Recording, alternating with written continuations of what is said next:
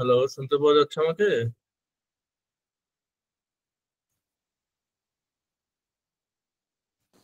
জি ভাই, শোনা যাচ্ছে। ওকে। রেকর্ডিং অন হয়েছে তো না?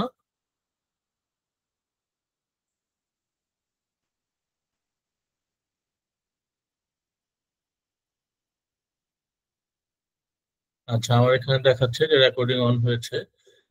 তাহলে আমি আজকে ক্লাস শুরু করছি। আচ্ছা, বিগত যে ক্লাসগুলো আমরা করিয়েছি এর মধ্যে আপনাদের কারো কি কোনো প্রবলেম আছে কোথাও বুঝতে বা এরকম জিজ্ঞাসা থাকলে কিন্তু করে ফেলতে পারেন, ঠিক আছে?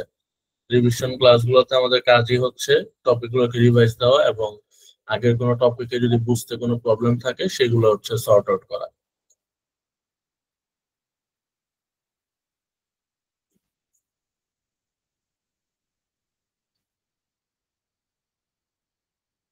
আচ্ছা, মোটামুটি যে কয়জনই ঢুকেছেন আমি তাদেরকে নিয়ে শুরু করতেছি। আজকে হচ্ছে রিভিশন ক্লাস নাম্বার 4।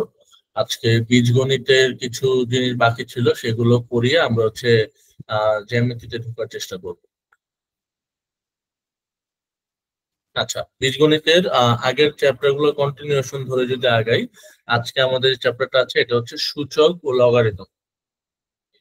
সূচক ও লগারিদম আমরা কম বেশি সবাই হচ্ছে ছোটবেলায় পড়ে এসেছি, আমাদের জেনারেল ম্যাথ বা হায়ার ম্যাথ গুলোতে ছিল। তো সূচক মানে কি? মানে হচ্ছে এই যে আমরা পাওয়ার গুলোকে নিয়ে কাজ করবো, a to the power m, a to the power n. হ্যাঁ, এন বাই এম। মানে যে কোনো বীজগাণিতিক রাশির পাওয়ারে যে রাশিগুলো থাকবে তাদেরকে আমরা বলতেছি সূচক। তাহলে এখানে আমাদের বেসিক অপারেশন গুলো সম্পর্কে আইডিয়া লাগবে। যে বেস যদি সেম থাকে, যে a to the power m আর a to the power n, এরকম দুইটা রাশি যদি গুণফল আকারে থাকে তাহলে রেজাল্টটা হবে এম প্লাস এন।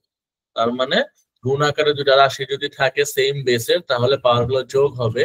আবার সেম বেসের যদি ভাগ আকারে থাকে তাহলে রাশি দুটার হচ্ছে কি হবে, পাওয়ার গিয়ে বিয়োগ হবে। এই বেসিক অপারেশন গুলো হচ্ছে আমাদের শিখতে হবে। যে এইটা আর এটা হচ্ছে একই কথা, দেখেন ভাগ আকারে দেওয়া আছে a to the power m divided by a to the power N.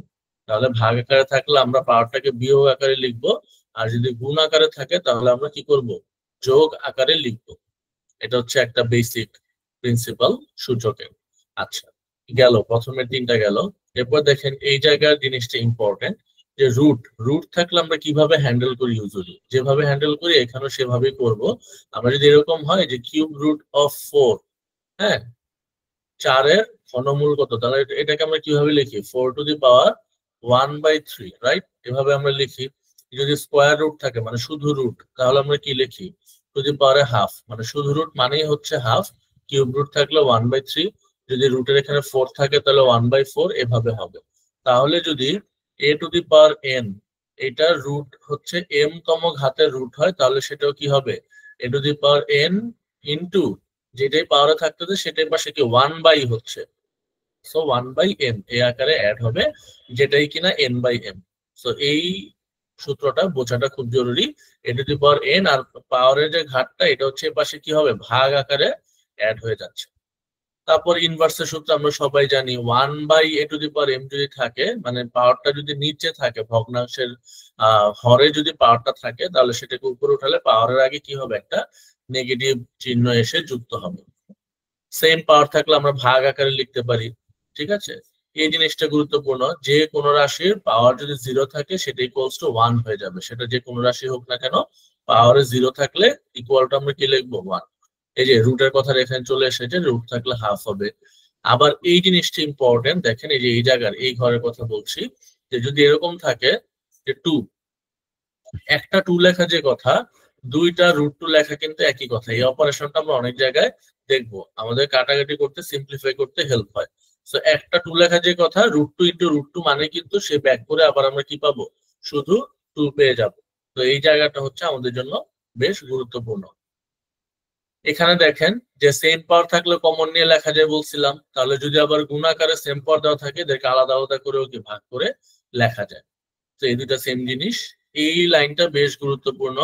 যদি বেস সমান থাকে দুটা রাশির, যদি বলি x to the power m equals to x to the power n, base সমান, তাহলে পরের লাইনে আমরা লিখতে পারবো পাওয়ার ইকুয়ালস টু পাওয়ার। মানে বেস দুটাকে বাদ দিয়ে আমরা পাওয়ার ইকুয়ালস টু পাওয়ার লিখতে পারবো, সেটাই এই জায়গায় দেখিয়েছে। A to the power n equals to a to the power y যদি হয়, যেই থাকুক না কেন পাওয়ারের দুটো রাশি কি হবে, সমান সমান। আবার সেম ভাবে যদি পাওয়ারে সেম সেম রাশি থাকে তাহলে বেস দুইটা হচ্ছে কি হবে, সমান সমান হবে। দেখেন এ ইকুয়ালস টু বি। এই জায়গাটা আশা করি বুঝতে পারছেন। এবং এখানে হচ্ছে শুধু আমরা কি বলছিলাম যে যোগ আকারে থাকলে তাহলে যদি এরকম থাকে, দেখেন যে 2 to the power 3 plus 2 to the power 2 plus 2 to the power 4 plus dot dot এরকম অনেকগুলো রাশি থাকতে পারে না? তো সেটা ইকুয়ালস টু হবে কি 2 একবার নিয়ে পাওয়ার গুলার যোগফল।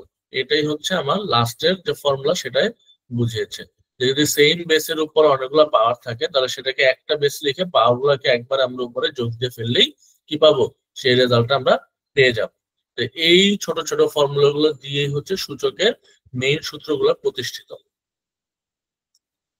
আচ্ছা, আর যদি আমরা লগারিদমে যাই, লগারিদমের ক্ষেত্রেও আহামরি খুব একটা চেঞ্জ আসবে না, কিছু এরকম ছোট ছোট ফর্মুলা আমরা ইন্ট্রোডিউস করব। যেমন লগারিদমের প্রথম বেসিক ফর্মুলা হচ্ছে যেটা, যদি বেস এবং সংখ্যাটা যদি সমান হয় তাহলে সেটা ইকুয়ালস টু 1 হবে, সে যেই হোক না কেন। লগ যদি 10 বেস 10 হয়, মানে বেস ভিত্তি হচ্ছে 10 আর উপরের সংখ্যাটাও হচ্ছে 10, তাহলে ইকুয়ালস টু সেটা রেজাল্ট হবে কি 1। 5 বেস 5 হইলেও 1, এ বেস এ হলে সেটাও 1। ঠিক আছে, এটা হচ্ছে 1 নাম্বার ফর্মুলা। লগের অঙ্কগুলোর ক্ষেত্রে আমরা এটা 1 নাম্বার ফর্মুলা, এটা আমরা সবগুলা ম্যাথে পাবো যে বেসের সমান যদি সংখ্যা হয়ে যায় তাহলে সেই পুরা অপারেটরটা রেজাল্ট হয়ে যাবে কি 1। আবার লগের ক্ষেত্রে যদি পাওয়ারে কেউ থাকে তাহলে সেটাকে সামনে লেখা যায়, মানে হচ্ছে যদি এরকম লেখা থাকে log a base a to the power N, ঠিক আছে, তাহলে পাওয়ারটাকে আমরা কি করতে পারি, জাস্ট সামনে গুণ আকারে এনে লিখতে পারি, একই কথা। তাহলে প্রথম রাশি যে কথা N into log a base এ লেখা কি একই কথা, যেহেতু লগের ক্ষেত্রে পাওয়ারে কেউ থাকলে সেটাকে সামনে গুণ আকারে লেখা যায়। তাহলে দ্বিতীয় লাইনে চলে আসলো কি N into log a base A.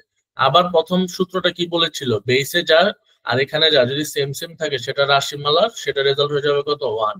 So log a base এর রেজাল্ট হলো 1, n into 1 equals to n। এটাই হচ্ছে বলেছে আমার দ্বিতীয় ফর্মুলাতে। Log a base a to the power n থাকলে রেজাল্টটা কিভাবে n আসলো শুধু বুঝতে পারছেন আশা করি। পাওয়ারটাকে সামনে নিলাম এবং লগ এ বেসে সেটা হয়ে গেল 1।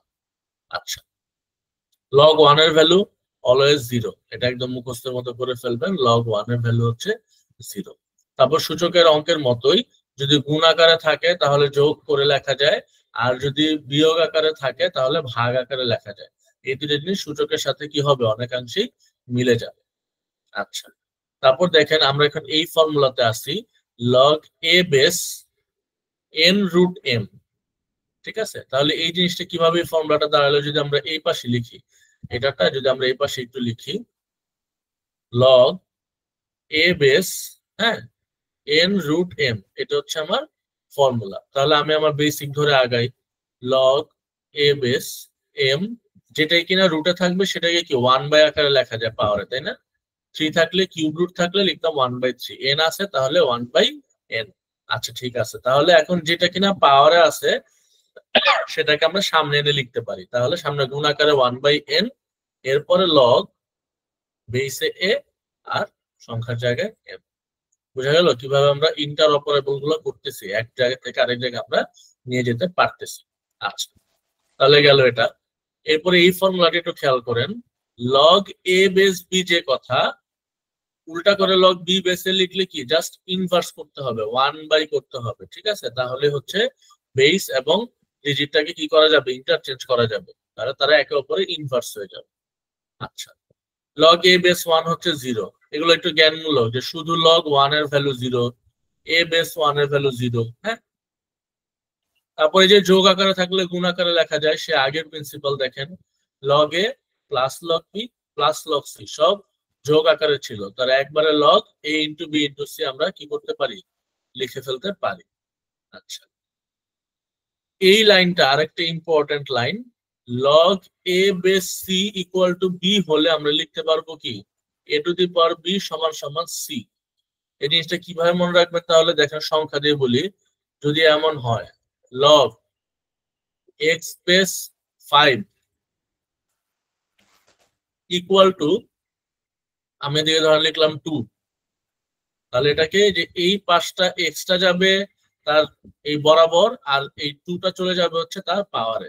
তাহলে এটা লেখা যে কথা, সেই এক্স স্কোয়ার ইকুয়ালস টু 5 লেখা একই কথা।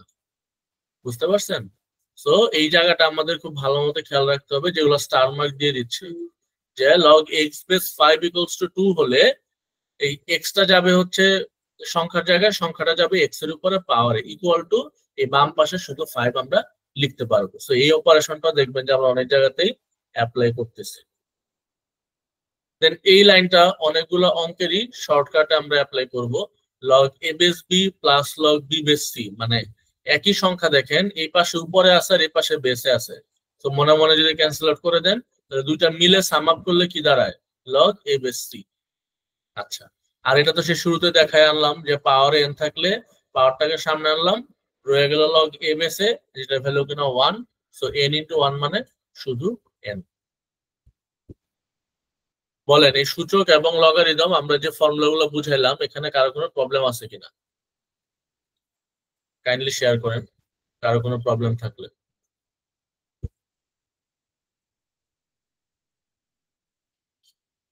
আচ্ছা, যদি কারো কোনো প্রবলেম না থাকে তাহলে আমরা এবার হচ্ছে মেন অঙ্কগুলোতে করি। আগেরটা একটু বলবেন তো, ওটা একটু বুঝিনি। আপনার কথা বুঝতে পারিনি, আবার একটু বলবেন প্রশ্নটা। শেষেরটার আগেরটা একটু বলবেন, মানে লগের শেষেরটার আগেরটা, লগের জি, জি, ক্ষেত্রে সেকেন্ড লাস্ট, তাই তো এটা? জি জি। আচ্ছা, এটা দেখেন আমরা কি বলতেছি, যে লগ যদি এমন থাকে, হ্যাঁ, যে একই সংখ্যা এখানে এ বেস বি, মানে এখানে ছিল ডিজিটের জায়গায়, প্লাস পরেরটায় চলে গেল বেসের জায়গায়, আর উপরে চলে আসলো অন্য কেউ, আর যদি এইরকম হয় তাহলে সেটাকে আমরা একবারে লগ ধরেন এই পাশে ডিজিটের জায়গায় সে নাই, আবার এই পাশে বেসের জায়গায় তো সে নাই, মানে কমন নিয়ে একবারে আমরা এ বেস সি একবারে লিখতে পারি। এটার বড় একটা প্রমাণ আছে, সে প্রমাণ আমাদের পড়ার এখন কোনো দরকার নেই, জাস্ট ফর্মুলাটা আমাদের মাথায় থাকলেই হবে। এরকম কমন যদি আমরা পাই যে পাশাপাশি দুইটা রাশি যেখানে একজনের বেসে যা আছে আরেকজনের উপরে ডিজিটের জায়গায় সেটাই আছে, তাহলে কমন নিয়ে আমরা একবারে এটা প্রডিউস করতে পারবো। বুঝতে পারছি? জি জি। ওকে, তাহলে এখন আস্তে করে আমরা একটু ম্যাথের দিকে যাই। সরি, এখানে হচ্ছে জাস্ট ছোটখাটো 3টা ম্যাথ হচ্ছে আমরা প্রথমে প্রেজেন্ট করেছি, যেগুলো আপনাদের বেসিক অপারেশনটা বুঝতে হেল্প করবে আর কি সূচকের। যেখানে আমরা কি পড়ে আসছিলাম, যে যদি দুইটা রাশি ভাগ আকারে থাকে তাহলে কি হবে, বিয়োগ হবে পাওয়ার।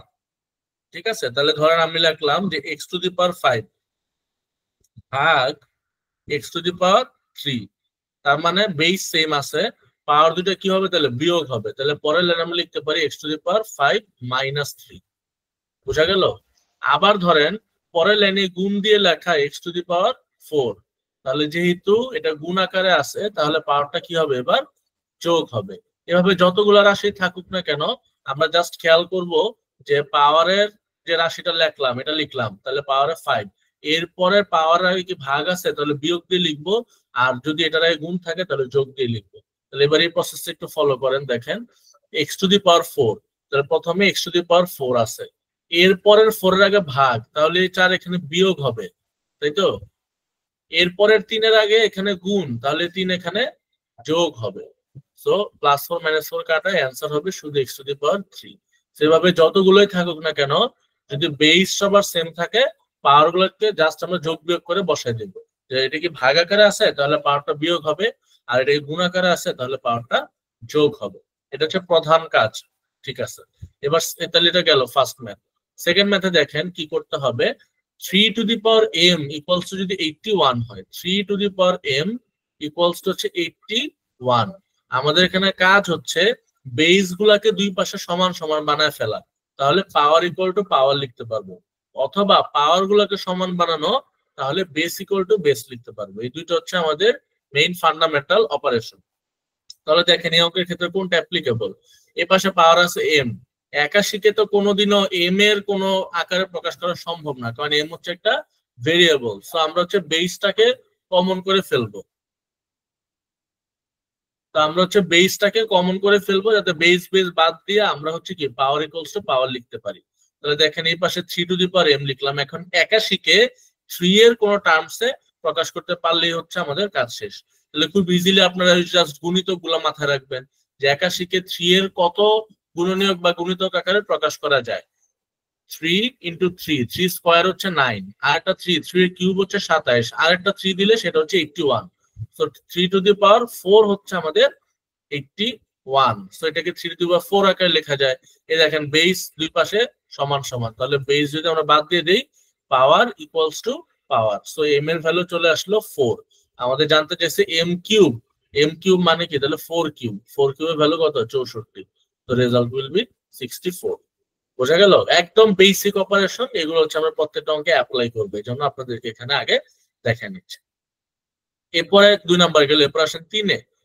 2 to the power n divided by 2 to the power n minus 1।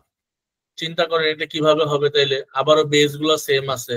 তাহলে দেখেন 2 টু দি পাওয়ার n লিখলাম, ভাগ থাকা মানে পাওয়ার গুলো বিয়োগ হবে।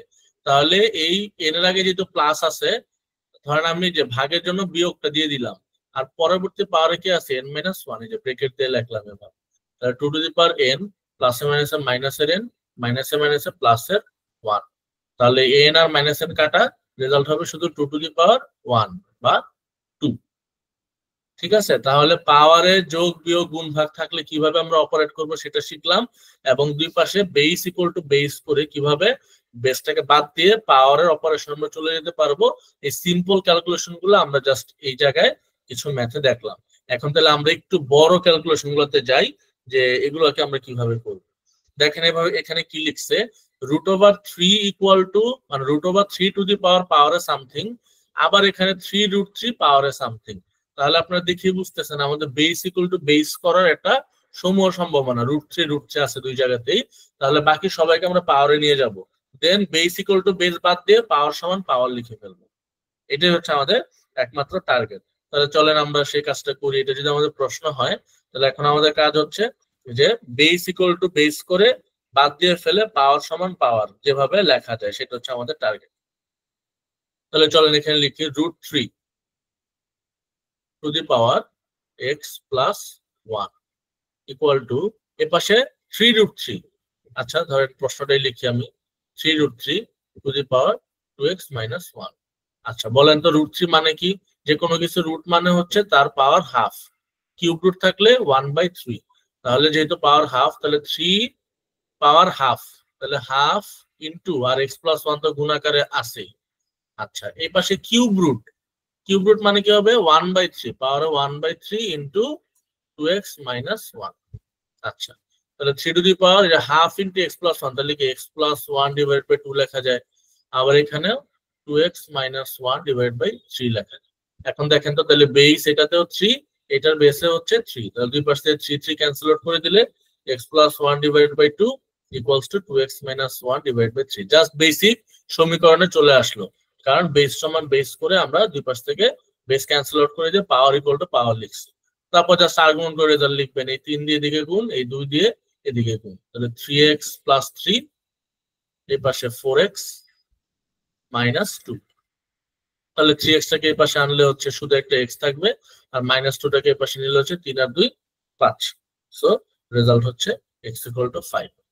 বোঝা গেল? সো আরেকটা এক্সাম্পল আমরা দেখে ফেললাম, যেখানে কি করতে হবে, এনি হাউ বেস সমান বেস করে আমরা কি করব, জাস্ট মানে পাওয়ার সমান পাওয়ার যাতে লিখতে পারি। এরপর অঙ্কগুলোতেও দেখেন আপনাদের কাছে খুব ইজি মনে হবে, দেখে দেখে সলভ করতে পারবেন। এবার প্রশ্ন লেখার দরকার নাই, আপনার জাস্ট এই গুণনীয়ক বা গুণিতক গুলা মনে রাখবেন। 27, 81 এর হচ্ছে কি 3 এর গুণিতক, তাই না? 3, তারপরে 3 দুগুণা 3 3 9, তারপরে 3 কিউব হচ্ছে 27, 3 টু দি পাওয়ার 4 হচ্ছে 81। এইভাবে আপনারা এগুলো মনে রাখলেই অঙ্কগুলো খুব ইজি ক্যাচ করতে পারবেন। তাহলে 27 এটাও আমরা পাচ্ছি 3 কিউবে, আবার 81 এটাও আমরা পাচ্ছি 3 টু দি পাওয়ার 4 এ। তাহলে এটা বেস হচ্ছে আমরা 3 আনবো। তাহলে 27 মানে হচ্ছে 3 কিউব, আর আগে থেকে ছিল x প্লাস 1। এই পাশে 81 মানে কি 3 টু দি পাওয়ার 4। ব্যাস, তাহলে 3 এই পাশে 3 দুইটা ক্যান্সেল হবে, তাহলে 3 into x plus 1 equals two 4। তাহলে 3x প্লাস 3 ইকুয়ালস টু এই পাশে কি হবে, শুধু একটা 4।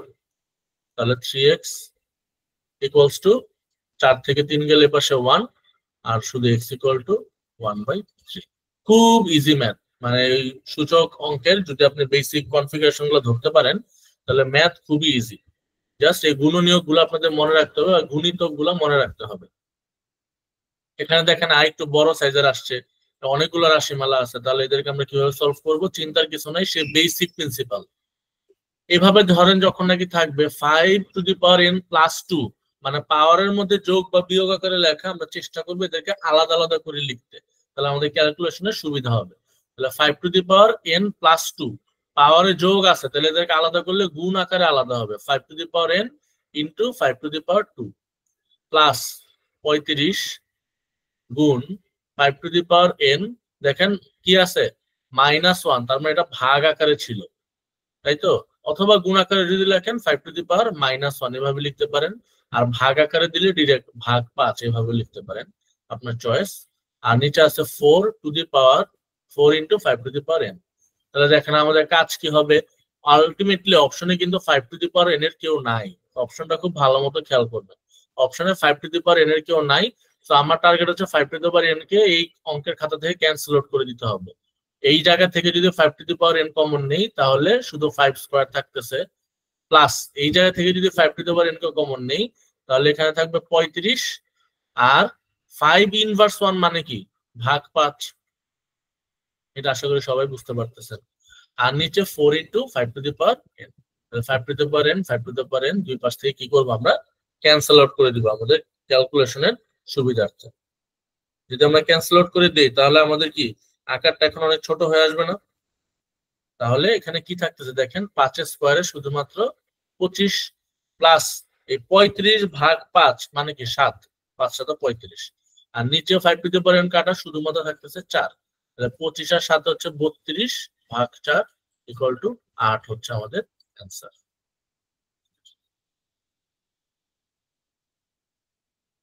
ঠিক আছে, সো বড় বড় অঙ্ক দেখে ভয় পাওয়ার কিছু নাই, আলটিমেটলি অপারেশন কিন্তু সেই বেসিক অপারেশন, আপনারা কোথাও বলতে পারবেন না যে আমি নতুন কোনো ফর্মুলা ইন্ট্রোডিউস করতেছি, জাস্ট গুণ থাকলে যোগ, ভাগ থাকলে বিয়োগ, এই বেসিক রুল অনুসরণ করে আমি আগাচ্ছি। আবার বলছে যদি এইটা সমান এটা হয় তাহলে এক্স এর মান কত? আবার ধরেন ইকুয়াল ইকুয়াল, মানে যত ভাবেই বলুক না কেন আমাদের কাজ হচ্ছে সেম, আমরা ভাগ আকারে থাকলে ওটাকে বিয়োগ দিয়ে লিখবো, আর যদি গুণ আকারে থাকে তাহলে যোগ দিয়ে লিখতে পারি। তাহলে এখানে আমরা সেম ভাবে করার চেষ্টা করি। দেখেন এই পাশে a/b ইকুয়াল টু x-3, এই পাশে b/a ইকুয়ালস টু x-5। দেখেন তো সেম সেম রাশি না দুই পাশে, কাইন্ড অফ a/b, ওই পাশে জাস্ট b/a। তাহলে এটাকে যদি আমি উল্টায় দেই, সামহাউ ইনভার্স করে দেই, তাহলে তো কি হবে, সেম বেস কিন্তু আমরা দুই পাশে অটোমেটিক পেয়ে যাব। এরপর জাস্ট বেসটা বাদ দিয়ে পাওয়ার সমান পাওয়ার ধরে আমরা কাজ করতে পারবো। তাহলে আমাদের কাজ হচ্ছে এই পাশটাকে উল্টায় দেওয়া, তাহলে a/b টু দি পাওয়ার হচ্ছে x-3 যেটা গিভেন সেটাই থাকলো, আর b/a কে যদি আমরা উল্টা করে লিখতে চাই a/b, তাহলে কি লিখতে হবে বলেন তো? জাস্ট পাওয়ারটা মাইনাস হয়ে যাবে, সেই বেসিক ইকুয়েশন যে x⁴n কে যদি আপনি উল্টায় লিখতে চান তাহলে কি হয়ে যাবে, সেটা আসলে 1/x⁴n, তাই না? তার মানেই হচ্ছে x⁻⁻n, উল্টানো মানে পাওয়ারে কি চলে আসবে, একটা নেগেটিভ সিম্বল চলে আসবে, তো নেগেটিভ দিয়ে ভিতরে x-5 আমি লিখলাম। আশা করি যারা সবাই বুঝতে পারছেন, এটা বুঝে ফেলে তো অঙ্ক শেষ। বেস ইকুয়াল টু বেস, তারা কাটাকাটি, তাহলে x-3 ইকুয়াল টু মাইনাসের x, মাইনাসের প্লাসের 5, এই মাইনাসটা দিয়ে গুণ দিয়ে ভিতরে লিখে ফেললাম। তাহলে এই পাশে প্লাসের x, মাইনাসের x এর পাশে আসলে কি ও আরেকটা প্লাস, তাহলে 2x, এ পাশে 5 -3, এ পাশে গেলে কি প্লাসের 3, তাহলে 5 আর 3 8, 2x = 8 হলে x = 4। আপনার জাস্ট চোখ কান খোলা রাখতে হবে যে বেসটা কিভাবে ইকুয়াল ইকুয়াল করা যায়। 5n এখানে ছিল না, এক্সট্রা ছিল, এজন্য কাটাকাটি করে দিছি। এখানে a/b b/a কাছাকাছি, জাস্ট একটা পাশকে উল্টাইলে বেস সমান বেস হয়ে যায়, তাই আমরা করছি। এবং তাই করতে হলে প্রিন্সিপাল জাস্ট একটাই, পাওয়ারে নেগেটিভ চলে আসবে, ব্যাস। এছাড়া আমাদের চিন্তা করার কিছু নাই। এরপর আরেকটা অঙ্ক এখানে দেখে মনে হতে পারে যে এতগুলো রুট কেন, ইন্টারেস্টিংলি দেখেন প্রশ্নে কিন্তু x-ইনভার্স, y-ইনভার্স, z-ইনভার্স বা xyz এরা অপশনে কিন্তু কোনো xyz নাই, খেয়াল করছেন? তাহলে অঙ্কগুলো নিশ্চয় এমন ভাবে হবে যে ক্যান্সেল আউট করে সবাই এখান থেকে কাটাকাটি হয়ে যাবে। তাহলে আমরা যদি একবারে করা শুরু করি, দেখেন এই রুটের ভিতরে কে কে আছে, x-ইনভার্স 1, তার মানে এটা ডিভাইডেড বাই x, মানে নিচে যাবে, আর ওয়াই টু দি পাওয়ার 1 আছে, ওয়াই উপরে থাকবে, গুণ ওয়াই ইনভার্স 1, ওয়াই যাবে নিচে আর জেড থাকবে উপরে, গুণ জেড ইনভার্স 1, তাহলে জেড যাবে নিচে, এক্স থাকবে উপরে। এই সবগুলা রুটকে একবারে করে যদি আমরা লিখি, তাহলে নিচে কে থাকতেছে x y z, x y z একবারে গুণা করে, উপরে কে থাকতেছে ওয়াই জেড এক্স, তার মানে তো এক্স ওয়াই জেড, তাই না? একই কথা। তাহলে এটা কাটা গিয়ে কিন্তু রুটের ভিতরে শুধু 1, যেটা রেজাল্ট হচ্ছে 1। ঠিক আছে, তো একদম বেসিক মেকানিজমের সবগুলা ম্যাথ কি আমরা করে ফেললাম। এই হচ্ছে আমাদের সূচকের অঙ্কের কিছু এক্সাম্পল। সূচকের অঙ্ক নিয়ে কারো কোনো প্রশ্ন আছে কিনা বলেন?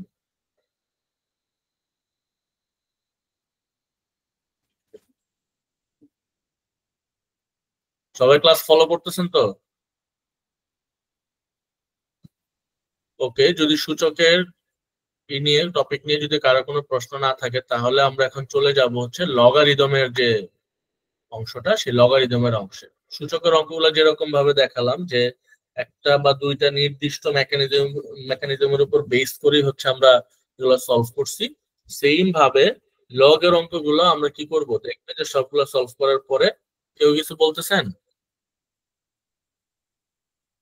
আচ্ছা, তাহলে লগের অঙ্কগুলো হচ্ছে আমরা সেম ভাবে সলভ করতে পারবো একটা বা দুইটা নিয়মের ভিত্তিতেই। যেমন দেখেন প্রথম অঙ্কটাতে কি বলতেছে, লগ √3 হচ্ছে বেসে আছে, আর এখানে আছে 3, আর এখানে 4 হচ্ছে বেসে আছে, এখানে আছে 2। ঠিক আছে, আচ্ছা তাহলে লগের অঙ্কগুলো সলভ করার ক্ষেত্রে আমরা কোন ফর্মুলা দিয়ে আগাবো? এখানে আমাদের খেয়াল করতে হবে লগের গুলো কিন্তু আলাদা আলাদা এন্টিটি, এটা একটা লগের আলাদা অংশ, এখানে আবার লগ নতুন করে অ্যাপ্লাই হয়েছে। এখানে আমাদের কাজ সেই ফর্মুলাটাকে আনা, ওই যে এ বেস এ এরকম করতে পারলে সেটা রেজাল্ট আমরা লিখতে পারবো হচ্ছে 1। বেস এবং এই সংখ্যাটা যদি সেম করতে পারি, সেই জায়গাতে আমরা কি লিখে দিতে পারবো, 1 লিখতে পারবো। তাহলে লগটা অপারেশন থেকে ক্যান্সেল আউট হয়ে যাবে, শুধুমাত্র সংখ্যা থাকবে। তাহলে বলেন তো, লগ বেসে আছে √3। আচ্ছা, এখন এখানে সংখ্যার জায়গাতে আমার কি করতে হবে, জোর করে √3 আনতে হবে, যাতে এই লগ এত এত ইকুয়ালস টু আমরা 1 লিখতে পারি। আর পাওয়ারে যে আসবে তাকে তো আমরা সামনে নিয়ে আসতেই পারবো গুণাকারে। তাহলে ওই যে একটা নিয়ম, যে 3 লেখা যে কথা, √3 ইন্টু √3 লেখা একই কথা, তাই না? একদম শুরুতে আপনাদের দেখাইছিলাম। তাহলে এখানে √3 স্কোয়ার লিখতে পারা যায় না? কারণ একটা 3 যে কথা, √3 এর স্কোয়ার কিন্তু একই কথা, জাস্ট জোর করে আমরা লিখলাম। ঠিক আছে, প্লাস এখানেও দেখেন সেম কাজ, লগ বেসে আছে 4, তাহলে এই 2টাকে জোর করে 4 এ বানাইতে হবে। তাহলে কি এই √4 যদি আমি লিখি, তাহলে কি একই কথা হচ্ছে না? বুঝতে পারছেন? তাহলে দেখেন এই পাশে √3 যদি আমরা ক্যান্সেল করতে চাই, পাওয়ারটাকে সামনে লিখতে হবে, 2 ইন্টু লগ √3 উপরে √3, প্লাস এই পাশে খেয়াল করেন লগ 4। ঠিক আছে, তাহলে এটাকে যদি 4 লিখতে চাই, আসলে তো √4 ছিল, তো √4 মানে কি 4 টু দি পাওয়ার হাফ, একই কথা। সেই হাফটাও কি আবার সামনে চলে আসবে, তাহলে 2 লগ √3 উপরে √3 প্লাস হাফ লগ 4 উপরে 4। তাহলে এই যে লগ √3 ইন্টু √3, এটা ভ্যালু কত 1, তাহলে শুধু 2 প্লাস এই পাশে হাফ রইলো, আর লগ 4 বেস 4 হচ্ছে 1। 2 আর হাফ যোগ দিলে আড়াই, মানে 5/2। এটা হচ্ছে আমার এখানকার রেজাল্ট। ঠিক আছে, তাহলে সূচকের ক্ষেত্রে আমাদের টার্গেট ছিল বেসটাকে কিভাবে সমান বানানো যায়, যাতে ওটাকে আমরা ক্যান্সেল আউট করে দিতে পারি। আর লগের ক্ষেত্রে আমাদের টার্গেট হচ্ছে কিভাবে নির্দিষ্ট যে লগটা আছে তার বেস এবং তার এই ডিজিটটা আমরা সেম সেম বানাইতে পারি, তাহলে হচ্ছে ওটার জায়গায় আমরা 1 ধরে নিতে পারবো। এই হচ্ছে আমাদের লগের ক্ষেত্রে টার্গেট। তাহলে একটা একটা করে আমরা পরের অঙ্কগুলোতে যাই, আমরা যত বেশি ক্যালকুলেশন করব তত আমাদের মাথা খুলবে। এ পাশের অঙ্কটা দেখেন, আমরা কি এক্সাম্পল দিছিলাম, যে যদি এরকম থাকে যে x to the power A equal to 2, তাহলে কি লেখা যাবে, এই পাশে যে বেসটা, মানে এটা হচ্ছে log x base a to the power equal to 2 যদি 2 থাকে, এই পাশে বেসটা যাবে এখানে প্যারালালে, আর এই সংখ্যাটা যাবে তার পাওয়ারে। তাহলে এক্স এর স্কোয়ার ইকুয়ালস টু এই পাশে শুধু এ। এটা হচ্ছে আমাদের থিওরেম ছিল।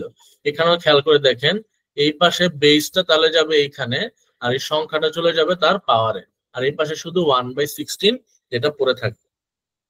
তাহলে x to the power -2 equal to 1/16। এই হচ্ছে আমার এখানকার কাজ।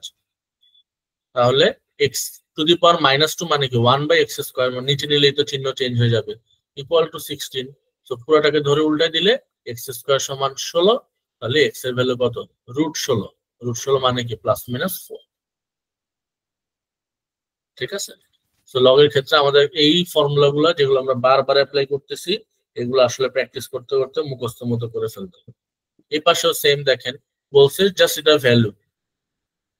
তাহলে কি আমরা বুঝে গেছি, বেসে যাকে দেওয়া আছে তার মতো করে এই সংখ্যাটাকে অবশ্যই আনতে হবে। তাহলে লগ বেস ইকুয়াল টু এটা 1 লিখতে পারবো, আর পাওয়ারে যে থাকবে সেটাই হবে রেজাল্ট।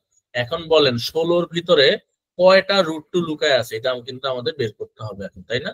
কারণ 16কে হচ্ছে √2 হিসাবে লিখতে হবে। তাহলে বেসিক ক্যালকুলেশন করেন, শুধু একটা 2, এর মধ্যে √2 আছে কয়টা? 2টা না? একটা √2, এই পাশে আরেকটা √2। তাহলে 4-এর মধ্যে এরকম কয়টা থাকবে? 4-এর মধ্যে আছে 2 গুণ 2। তাহলে এই 2 এর ভিতরে আবার 2টা √2, এই 2 এর ভিতরে আবার 2টা √2, তাহলে 4টা হয়ে গেল।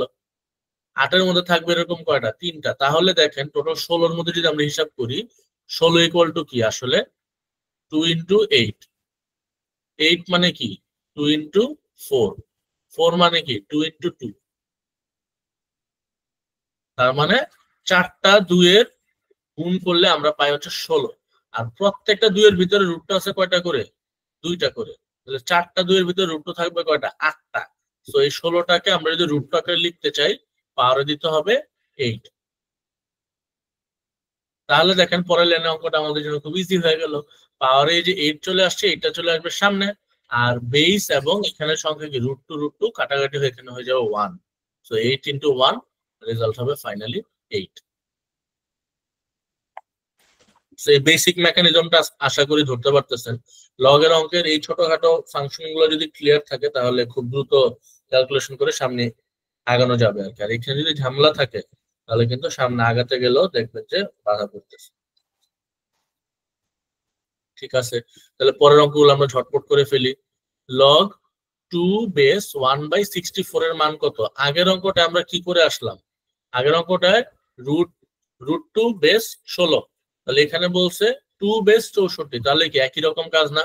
লগ 2, এখন এই 1/64 মানে কি 64 টু দি পাওয়ার -1, এই তো একই তো কথা। তাহলে এই 64 টু দি পাওয়ার -1, এই 64টাকে কি করতে হবে? জোর করে হচ্ছে 2 এর কোন একটা ফরম্যাটে নিতে হবে। তাহলে পাওয়ারে যেহেতু -1 ছিল, -1টাকে আমি সামনে লিখে ফেলি আগে হ্যাসেল এড়ানোর জন্য। 2 টু দি পাওয়ার 64। তাহলে 64টাকে 2 এর কত গুণিতকে লেখা যায় হিসাব করেন আপনারাই। 64 ইকুয়ালস টু 2 × 32। 32 কে আবার ভাঙাবেন 16, 16 কে আবার ভাঙাবেন 8, 8 কে আবার ভাঙাবেন 4, 4 কে আবার ভাঙাইলে 2, মানে সোজা কথায় 2 টু দি পাওয়ার 6। এটা হচ্ছে আপনার 64 এর 2 এর টার্মসে যদি আমরা লিখতে পাই 2 টু দি পাওয়ার 6, তাহলে এটা চলে আসবে হচ্ছে 64। তাহলে 6টাও কি পাওয়ারে, সো সামনে চলে আসবে। তো অ্যাকচুয়ালি সামনে -6 আর এই পাশে থাকতেছে 2 বেস 2, এই পুরোটা ভ্যালু 1। সো ফাইনাল অ্যান্সার হচ্ছে -6। আশা করি ধরতে পারছেন। এই পাশে হচ্ছে 2টা লগ একসাথে যোগ আকারে লিখতে হবে, কোনো সমস্যা নাই, আমরা তো বেসিক প্রিন্সিপালটা জেনে গেছি। এখন জাস্ট আমরা দ্রুত ক্যালকুলেট করব। লগ 2 বেস 64, 64 মানে কত? এই যে 2 to the power 6, 2 to the পাওয়ার 6 হচ্ছে 64। তাহলে এখানে আবার 2 to the power 6 plus log 2 base 8 মানে কত? 2 কিউব, এটা হচ্ছে 8। এই 2 এর নামটা খুব ভালো মতো মাথায় রাখতে হবে। তাহলে এখানে পাওয়ার হচ্ছে 6, 6 কে সামনে লিখলাম, আর এর পাশে লগ 2 বেস 2, এটা রেজাল্ট হচ্ছে 1, প্লাস এখানে পাওয়ার কত? 3, 3 কে সামনে লিখলাম, 2 বেস 2 পাওয়ার হচ্ছে 1। সো 6 আর 3 রেজাল্ট হচ্ছে 9। এখানে দেখেন এই 1/64 এটা যদি সলভ করতে পারেন তাহলে পরের অঙ্কে এই 1/64 এটা সলভ করতে পারবেন না?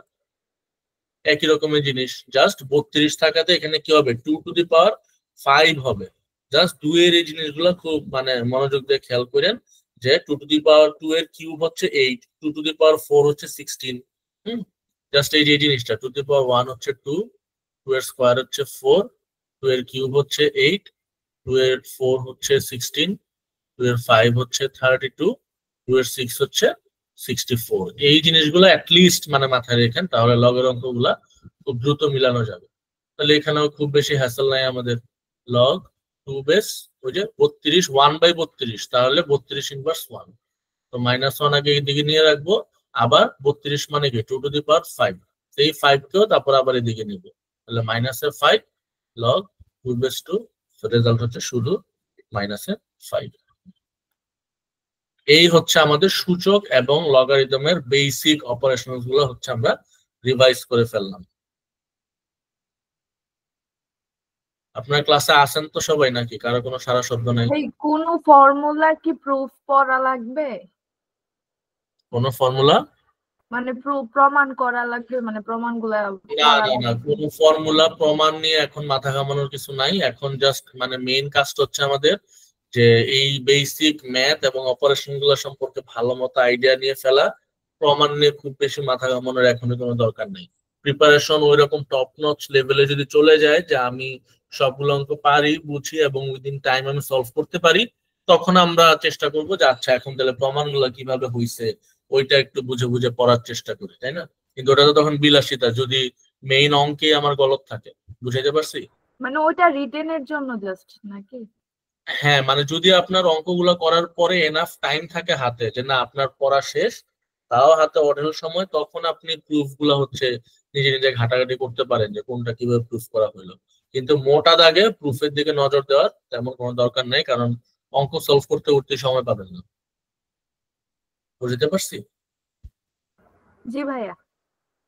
ওকে, তাহলে এটা গেল হচ্ছে আমাদের সূচক ও লগারিদম। আশা করি আমার স্লাইডের এই অঙ্কগুলো যদি দ্রুত করে ফেলতে পারেন সবাই, তাহলে এই বেসিক অপারেশন গুলো নিয়ে আপনাদের ঘাটতি থাকবে না। আর এই ছোট ছোট অঙ্কগুলো ঘুরে ফিরে সব জায়গার প্রিলিতে আসতে থাকে। এবং ওই শুরুতে যেগুলো করেছে 2-3টা রিটেনও এরকম ম্যাথ আসে, জাস্ট ক্যান্সেল আউট করে একই অপারেশন অ্যাপ্লাই করে করে ফেলতে হয়। তো এগুলো নিয়ে আশা করি আর প্যারা খাবেন না। আচ্ছা, তারপর আরেকটা ছোট্ট টপিক আছে, মানে অন্বয় ও ফাংশন। তো অন্যয় ফাংশন এগুলো বুঝাতে গেলে আসলে অনেক ডিপে চলে যেতে হবে, অত ডিপে আজকে যাইতে চাচ্ছি না যেহেতু রিভিশন ক্লাস আর অনেকগুলো টপিক আছে। কিন্তু মেইনলি আমাদেরকে জাস্ট ফাংশনটা যদি আমরা মোটা দাগে বুঝতে চাই, সেটা হচ্ছে একটা সোজা কথা একটা মেশিনের মতো। এই যে একটা ইকুয়েশন দেওয়া f(x) হচ্ছে এই ইকুয়েশন, তাহলে এটা যদি একটা মেশিন হয়, সেই মেশিনে আমি কোনো কিছু ইনপুট দিলে কি একটা আউটপুট পাবো, ব্যাস। তাহলে এই x³ থেকে ধরে -6 পর্যন্ত এটা হচ্ছে আমার একটা ফাংশন। এই ফাংশন অনুযায়ী মেশিনটা চলবে। এবং এই f(x) যদি হয় x এর এই ফরম্যাট, তাহলে x এর জায়গায় -2 বসাইলে আমরা কত পাবো, ব্যাস। এটাই হচ্ছে আমাদের ফাংশনের এখানে মেইন কাজ। f(x) যদি হয় x এর কিউব 9x², তাহলে f(2) কি হবে 2 এর কিউব 9 × 2 স্কোয়ার, তাহলে f(-2) কি হবে, জাস্ট x এর জায়গায় আমরা এখানে সংখ্যাটা বসাই দিলে কি করব, আমরা সেই ফাংশনের রেজাল্টটা পেয়ে যাব, ব্যাস। এটা হচ্ছে আমাদের কাজ। তাহলে আমাদের জানতে চাইছে f(-2), তো যত জায়গায় x পাবো তত জায়গায় x এর জায়গায় আমরা -2 বসাই দিব। তাহলে -2 এর কিউব প্লাস 9 × -2 এর স্কোয়ার -3 × -2 -6। তাহলে -2 এর কিউব হচ্ছে -8 প্লাস -2 এর স্কোয়ার, যে কোনো মাইনাসের স্কোয়ার করলে কিন্তু সেটা প্লাস হয়ে যায়। তো -2 এর স্কোয়ার হচ্ছে 4, 4 নং 36। আবার মাইনাসে প্লাস করে 6, -6। তাহলে এই 6 6 কাটা, 36 থেকে যদি 8 চলে যায় তাহলে অ্যান্সার থাকে কত, 28। তো ফাংশনের অঙ্ক আসা মানেই হচ্ছে হয় ভ্যালুটা ডিরেক্ট ইনপুট দিয়ে বের করতে হবে, অথবা এরকম একটা আননোন দিয়ে দিবে, ওই ফাংশনটা অপারেটরের মাঝে একটা আননোন দিয়ে দিবে, বলবে যে আননোনের ভ্যালু কত হলে f(3) = 0 হবে। তার মানে এক্স এর জায়গায় আপনারা একবার 3 বসে একটা ভ্যালু বের করবেন, সেটা = 0 ধরলেই এর মানটা চলে আসবে। তাহলে f(3) যদি আমরা এখানে বসাই দিই, কত হবে 3 এর কিউব প্লাস k × 3 স্কোয়ার -6 × 3 -9। তাহলে 3 এর কিউব মানে কত, 27। এই যেগুলো মুখস্থ বসায় ফেলতে হবে। 3 এর স্কোয়ার কত, 9k, তাইলে ওকে -3 × 6 18 -9। তাহলে একবার যদি ক্যালকুলেশন করি, এই পাশে 9k, এই পাশে দেখেন মাইনাসের 7 প্লাসের 27, এই পাশে -18 -9 মানে -27, তো কাটাকাটি শুধু 9k। এখন বলছি f(3) = 0 হবে, তাহলে 9k = ধরতে হবে 0, তাহলে k এর ভ্যালু পাবো 0 কে 9 দিয়ে ভাগ দিলে তো সেটা 0 থাকে। তাহলে এই অঙ্কের জন্য k এর ভ্যালু হচ্ছে 0। যদি বলতে f(3) = অন্য কোনো ভ্যালু, তাহলে সে অন্য কোনো ভ্যালুটা আমরা কি করতাম, এখানে ধরতাম, ধরে সেখান থেকে k এর ভ্যালুটা বের করতাম। ঠিক আছে? তো আপনারা বইগুলো খুললেও দেখবেন যে মানে ফাংশন রিলেটেড ছোটখাটো ম্যাথ গুলোই দেওয়া। তো এটা নিয়ে খুব বেশি মাথা ঘামানোর দরকার নাই, জাস্ট ভ্যালু বসাইলে কিভাবে করতে হয় এবং যে কোনো একটা আননোন ভ্যালু দেওয়া থাকলে ইকুয়াল টু ধরে সে আননোনটা বের করতে হবে ইকুয়েশন সলভ করে। আচ্ছা, এরপর হচ্ছে ধারা। ধারার অঙ্কগুলো বেশ ইম্পর্টেন্ট, এর মধ্যে সমান্তর ধারাটা আরো বেশি বেশি বেশি ইম্পর্টেন্ট। গুণোত্তর ধারা রিলেটেড ফর্মুলা আছে, কিন্তু পরীক্ষাতে সমান্তর ধারা আসার পরিমাণ আমার কাছে মনে হয় যে অনেক বেশি ইজি, কিন্তু এটা অনেক বেশি আসে পরীক্ষাতে। তাহলে সমান্তর ধারা রিলেটেড থিওরিটা যদি আমরা একটু ক্লিয়ার করি, সমান্তর ধারা কাকে বলে? যে ধারায় সংখ্যাগুলো একটা নির্দিষ্ট ইন্টারভেলে বাড়তে থাকে, মানে একটা নির্দিষ্ট গ্যাপে বাড়বে। ধরেন যদি বলি 2, 2 এর পরে হবে 4, 4 এর পরে হবে 6, 6 এর পরে হবে 8, মানে 2 2 2 2 করে বাড়তেছে, এরকম নির্দিষ্ট গ্যাপে যদি বাড়তে থাকে, যে অলওয়েজ এই ধারাতে সংখ্যার মধ্যে গ্যাপ অলওয়েজ থাকবে কত? 2, তাহলে এটাকে বলবো আমরা সমান্তর ধারা। ঠিক আছে, তাহলে ধরলাম এটা যদি আমার একটা আইডিয়াল সমান্তর ধারার চিত্র হয়, প্রত্যেকটা সমান্তর ধারায় এটা প্রথম পদ থাকবে না? সেই প্রথম পদ যেটা, সেই প্রথম পদকে আমরা ধরে নিচ্ছি কি এ, যে আমরা ধরে নিব সমান্তর ধারা যে পদ দিয়ে শুরু হচ্ছে সেই পদের প্রথম পদটাকে আমরা ধরে নিচ্ছি এ।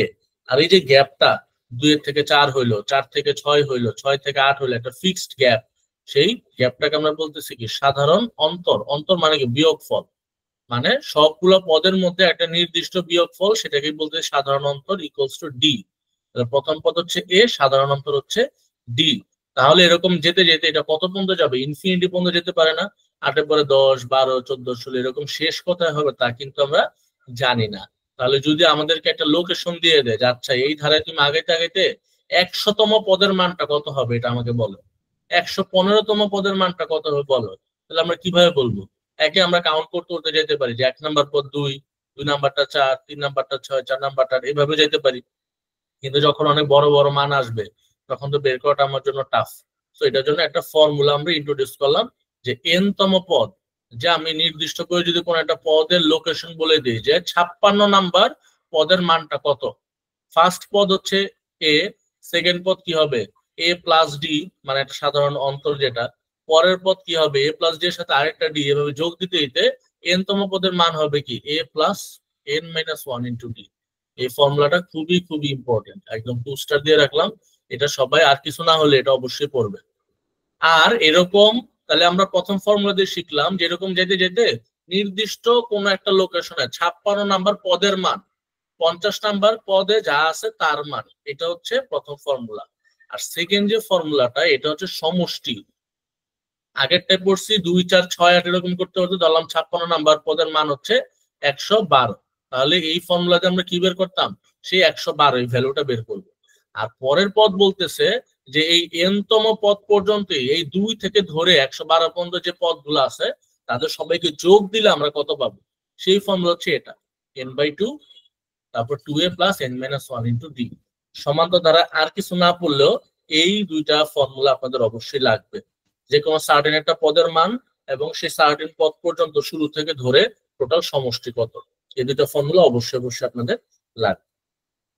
আচ্ছা, তারপরে গুলো আসলে এই শুরুর এই দুইটা ফর্মুলা থেকে হচ্ছে আপনার কি করছে, কিছু অনুসিদ্ধান্ত টাইপের হচ্ছে নিয়ে আসছে। যেমন এই জায়গাটা, এইগুলা পড়ার দরকার নেই, একটা মেইন ফর্মুলা থেকে আসছে। এই জায়গাটা আবার লাগতে পারে যে সমান্তর ধারার গড় বলে দিল যে 2, 4, 6, 8 এরকম করে করে এটা গেছে হচ্ছে 100 পর্যন্ত। তাহলে বললো এই সমান্তর ধারার গড় মান কত, আমরা কি করব? ফর্মুলা কি বলতেছে? প্রথম পদ নিব, শেষের পদ নিব, যোগ দিয়ে দুইটা ভাগ দিব, 2 + 100 ভাগ 2, 102 ভাগ 2 মানে হচ্ছে 51 হবে তখন আমার এই সমান্তর ধারার গড়। তাহলে সোজা কথায় কোন সমান্তর ধারার গড় যদি বের করতে বলে আমরা মাঝে কোথাও তাকাবো না, প্রথম পদ নিব আর শেষের পদ নিব, যোগ দিয়ে 2 দিয়ে ভাগ করে দিব, তাহলে সেই সমান্তর ধারার গড় আমরা পেয়ে যাব। এই জায়গাটা ইম্পর্টেন্ট। তারপর ইম্পর্টেন্ট হচ্ছে এই 3টা লাইন, এগুলা দয়া করে সবাই একটু মুখস্থ করে ফেলবেন, কোনটা কখন কাজে লাগে বলা যায় না। n সংখ্যক স্বাভাবিক সংখ্যার যোগফল 1, 2, 3, 4 এরকম করতে হতে n পর্যন্ত গেলে এই ফর্মুলা। n সংখ্যক স্বাভাবিক সংখ্যা বর্গের যোগফল 1 স্কয়ার, 2 স্কয়ার, 3 স্কয়ার এরকম করতে গেলে এই ফর্মুলা। আর n সংখ্যক স্বাভাবিক সংখ্যার ঘনের যোগফল, মানে ঘন করলে কিউব করলে যা পাবো সেটার যোগফল n × n + 1/2, বাইরে কিন্তু একটা স্কয়ার আছে। বুঝতে পারছি, তা বুঝাতে পারছি? তাহলে এখানে এনতম পদের একটা ফর্মুলা, এনতম পদ পর্যন্ত সামেশনের ফর্মুলা, গড় এবং নিচের এই তিনটা ফর্মুলা জাস্ট নোট করলে সমান্তর ধারা নিয়ে আমাদের আর প্যারানোর কিছু নাই। ঠিক আছে, আচ্ছা। আর গুণত্ব ধারা নিয়ে দেখবেন যে জাস্ট ফর্মুলাটাই। একটা প্রশ্ন ছিল। হ্যাঁ হ্যাঁ বলেন। সরি জিজ্ঞেস করার জন্য। ভাই একটু উপরে ওঠেন। হ্যাঁ, এখানে যে সমান্তর ধারায় 3 নাম্বার যে এটা দেওয়া, সূত্রটা দেওয়া, প্রথম পদ এ শেষ পদ পি হলে, ভাইয়া এটার মধ্যে যদি আমার একটা সমান্তর ধারা দেওয়া থাকে যেটার মধ্যে মানে আমি ঠিক মানে শিওর না যে ভিতরে কতখানি ডিসটেন্স আছে, সেটাতে কি করব? আচ্ছা দেখেন, আপনার সমান্তর ধারা বলা মানেই কিন্তু আপনার একটা নির্দিষ্ট ডিস্টেন্সে দিবে। ধরে নিলাম যে আমি ভিতরে কত আছে জানি না, এ ধরলাম এই রাশিটাই, হ্যাঁ, মানে 2 শুধু বলে দিছে আমাকে, আর হচ্ছে 100 এটা বলে দিছে, তাই তো? আপনার প্রশ্ন তো এটাই যে 2 প্লাস মাঝে আরো অনেকে যোগ টোগ হয়েছে, আর ধারাটা শেষ হয়েছে 100-তে। এখন মাঝে এটা কত ইন্টারভেলে আসছে এটা তো আমাকে বলে দেয় না। ঠিক আছে, এটাই তো প্রশ্ন। জি এটাই। এক্ষেত্রে আরেকটা এডিশনাল ইনফরমেশন দিবে, দেখেন যে এন পদের সমষ্টি মানে কয়টা পদ পর্যন্ত গিয়ে আমি যোগফলটা বের করব, এটা কিন্তু আমাকে এখানে প্রোভাইড করে দিবে। তাহলে যদি আপনি এটাকে একটা উদাহরণ হিসেবে নেন, প্রথম পদ এ বলা আছে, লাস্টের পদ ধরে নিলাম এটা হচ্ছে পি, প্রথম পদ হচ্ছে এ, আর কয়টা পদ আছে এর মধ্যে সেটা কিন্তু আপনাকে আবার বলে দিচ্ছে। বুঝতে পারছেন? জি ভাই, এটা বলা থাকলে তো তাইলে তো মিলানো যায় না। এবং আমি আপনাকে আরেকটু টিপস দেই যে এই যে গড় আমরা বের করতেছি না, এই গড় মানে কি বলেন তো? ওই যে প্রথম পদ প্লাস শেষ পদ ডিভাইডেড বাই 2। তাহলে এইখানে কি সেই কাজটাই করছে না? দেখেন তো, প্রথম পদ প্লাস শেষ পদ ডিভাইডেড বাই 2, বুঝা গেছে এতটুকু? হ্যাঁ, বেসিক গড় এটা। বেসিক গড়, এইটার সাথে যতগুলা পদ বলবে, যততম পদ ততটা গুণ দিয়ে দিব জাস্ট, তাহলেই তো ওই পদ পর্যন্ত সমষ্টি পেয়ে যাবো। জি ভাই, বুঝা গেল এবার? থ্যাংক ইউ বুঝছি ভাই। ওকে, ঠিক আছে। সমান্তর ধারাটাতে মেইনলি কনসেন্ট্রেট করবো আমরা, এবং আপনারা প্র্যাকটিস করার সময় সমান্তর ধারার একটা অঙ্ক বাদ দিবেন না। মেইনলি পরীক্ষাতে কিন্তু সমান্তর ধারা থেকেই আসার চান্স খুব বেশি। আর গুণোত্তর ধারার ক্ষেত্রে এরকম দুইটা ফর্মুলা আমরা মনে রাখবো। গুণোত্তর ধারা মানে কি? তাহলে সমান্তর ধারায় কি একটা নির্দিষ্ট ইন্টারভেলে বাড়তো, 2 এর পরে 4, মানে গ্যাপটা সেম 6 8, গ্যাপ অলওয়েজ 2। আর গুণোত্তর ধারায় কি হবে? গুণ আকারে বাড়বে, মানে 3 যদি হয় 3 এর পরে কি হবে? 9, 9 পরে কি হবে? 27, 27 পরে কি হবে? 81, এরকম। মানে ভাগফলটা, রেশিওটা অলওয়েজ সেম থাকবে। 9/3 রেজাল্ট কত? 3। 27 কে 9 দিয়ে ভাগ দিলে 3, 81 কে 27 দিয়ে ভাগ দিলে 3। তো এখানে হচ্ছে ভাগফলটা অলওয়েজ কি হবে? সেম থাকবে। এটাকে আমরা বলতেছি হচ্ছে গুণোত্তর। তাহলে সমান্তর ধারা আমরা একটা এনতম পদ করছিলাম না? সেম ভাবে গুণোত্তর ধারায় যদি এনতম পদ বের করতে বলে, ফর্মুলা হচ্ছে এ আর টু দি পাওয়ার n - 1। এই পাওয়ারটা কিন্তু শুধুমাত্র আর এর উপরে, মানে a into r to the power n - 1, শুধুমাত্র আর এর উপর হচ্ছে পাওয়ারটা। আর যদি এরকম n তম পদের সমষ্টি, খেয়াল আছে কি সমান্তর ধারায় দুইটা ফর্মুলা কিন্তু আমরা পড়ছি, n তম পদ এবং n তম পদ পর্যন্ত শুরু থেকে শেষ পর্যন্ত সমষ্টি, এখানেও সেম। n তম পদের মান এটা, আর শুরু থেকে শেষ পর্যন্ত সমষ্টি করলে ফর্মুলা হচ্ছে a two the power 1 - r two the power n, নিচে 1 - r। আর যদি একের চেয়ে ছোট হয় তাহলে আগে 1 রেখে পরে আর রাখবো, আর যদি একের চেয়ে বড় হয় তাহলে আগে r two the power n রেখে শেষ হচ্ছে 1 রাখবো। ঠিক আছে, জাস্ট এই দুটো ফর্মুলা একটু আপনারা মাথায় রাখবেন। আমরা একটা অঙ্ক রাখছি যাতে অ্যাপ্লাই করে আপনারা দেখাইতে পারি। আর এরকম গুণোত্তর ধারা যদি অসীম সংখ্যক পর্যন্ত থাকে, অসীম গুণোত্তর ধারা, তাহলে সেই ধারার একটা অসীমতক সমষ্টি বলে এটাকে। সেই সমষ্টির অসীম পর্যন্ত যদি যায় তাহলে কাইন্ড অফ মানে সমষ্টিটা কাছাকাছি একটা মান হচ্ছে এই ফর্মুলা দিয়ে আমরা পাই, a ডিভাইডেড বাই 1 - r করলে। তাহলে এটা শর্তটা কি? গুণোত্তর ধারা যদি শেষে লেজ না খুঁজে পাই আমরা, মানে এটা বাড়তেই আছে অসীম পর্যন্ত, সেক্ষেত্রে সমস্যাটা বের করব a ডিভাইডেড বাই 1 - r দিয়ে। আর যদি শেষ থাকে যে 3 নং 27 যে 81 পর্যন্ত গিয়ে শেষ হয়ে গেছে, তাহলে তো এই ফর্মুলা আমার আছেই। ঠিক আছে, ফাইনাইট থাকলে আমরা তো এই ফর্মুলা আছে, আর যদি ইনফাইনাইট থাকে অসীম পর্যন্ত গেছে তাহলে a ডিভাইডেড বাই 1 - r করে আমরা শেষ করি। কিন্তু আবারও হচ্ছে সমান্তর ধারা রিলেটেড ম্যাথ গুলা বা ধারাগুলো হচ্ছে বেশি বেশি গুরুত্বপূর্ণ, তো ওই জায়গাটা হচ্ছে স্কিপ দেওয়া যাবে না। এখন দেখেন আমরা অঙ্কগুলা করি, খুবই ইজি পিজি। 3 তারপর 6, তারপর 9, তাহলে গ্যাপ কত? 3 থেকে 6 এর গ্যাপ 3, আবার গ্যাপ 3, তাহলে গ্যাপটা এখানে ফিক্স। তাহলে এটা কি? সমান্তর ধারা। প্রথমে আমি ডিসিশন নিয়ে ফেলবো, এটা হচ্ছে সমান্তর ধারা। তাহলে এখানে এর ভ্যালু কত? 3, ডি কত? 3, তাই না? বিয়োগফলটা সেম। ধারাটির কততম পদ হবে? 33। আমরা ফর্মুলা কি পড়ছি? এন তম পদ বের করার ফর্মুলা পড়ছি, যে এন তম পদের মান আমরা কিভাবে বের করব? A plus n minus 1 into d. তাহলে সেই n তম পদের ভ্যালুটা এখানে দিয়ে দিয়েছে 33, সেই পাশে 33, এর ভ্যালু 3 প্লাস n কত সেটা তো জানি না আমি, কততম পদ এটা আননোন, ডি হচ্ছে আবার 3। তাহলে 33 থেকে যদি এদিকে 3 বাদ দেই তাহলে থাকে 30, n minus 1 divided by into 3। এই ইন্টু 3 কে এদিকে ভাগ দিলে কত? 30 ভাগ 3 মানে থাকে 10, n মাইনাস 1। তাহলে 10 এর সাথে এই মাইনাস 1টাকে এদিকে আনলে কি যোগ হয়ে যাবে? তো যোগ 1 হচ্ছে 11। তাহলে এন এর ভ্যালু হচ্ছে 11। বুঝছেন? জাস্ট ফর্মুলা পিক করার জন্য আমাদের ডেটাগুলো বের করে নিয়ে আমরা বসাই দেব। এরপর বলছে যে সমান্তর ধারা আগে ফাইন্ড আউট করেন। 1 এর পরে 5, তার মানে 4 গ্যাপ, 5 এর পরে 9, আবারও 4 গ্যাপ। তাহলে দুইটা বার যদি সেম জিনিস চলে আসে তাহলে বুঝে ফেলবো এটা সমান্তর ধারা। বলছে সংখ্যাগুলোর গড় কত? গড় কিভাবে বের করব? প্রথম রাশি প্লাস শেষের রাশি ভাগ 2, আর কোনো দিকে তাকাবো না। প্রথম রাশি প্লাস শেষের রাশি ভাগ 2, 81 1 82, 82 কে 2 দিয়ে ভাগ দিলে 41, শেষ। বুঝা গেছে? মানে খুব দ্রুত এগুলো করে ফেলতে হবে। পরেরটা করি। সমান্তর ধারা সাধারণ পদ 9, তাহলে ডি, ডি এর ভ্যালু হচ্ছে 9। আর সপ্তম পদ, তাহলে এন এর ভ্যালু কত? 7। 7 নাম্বার পদ হচ্ছে 60, তাহলে সেই 7 নাম্বার পদের ভ্যালু কত সেটাও বলে দিছে 60। তাহলে ফর্মুলা আমাদের কি বলছিল? এন তম পদ যে ভ্যালুটা ইকুয়ালস টু কেমনে বের করব? A plus n minus 1 into d.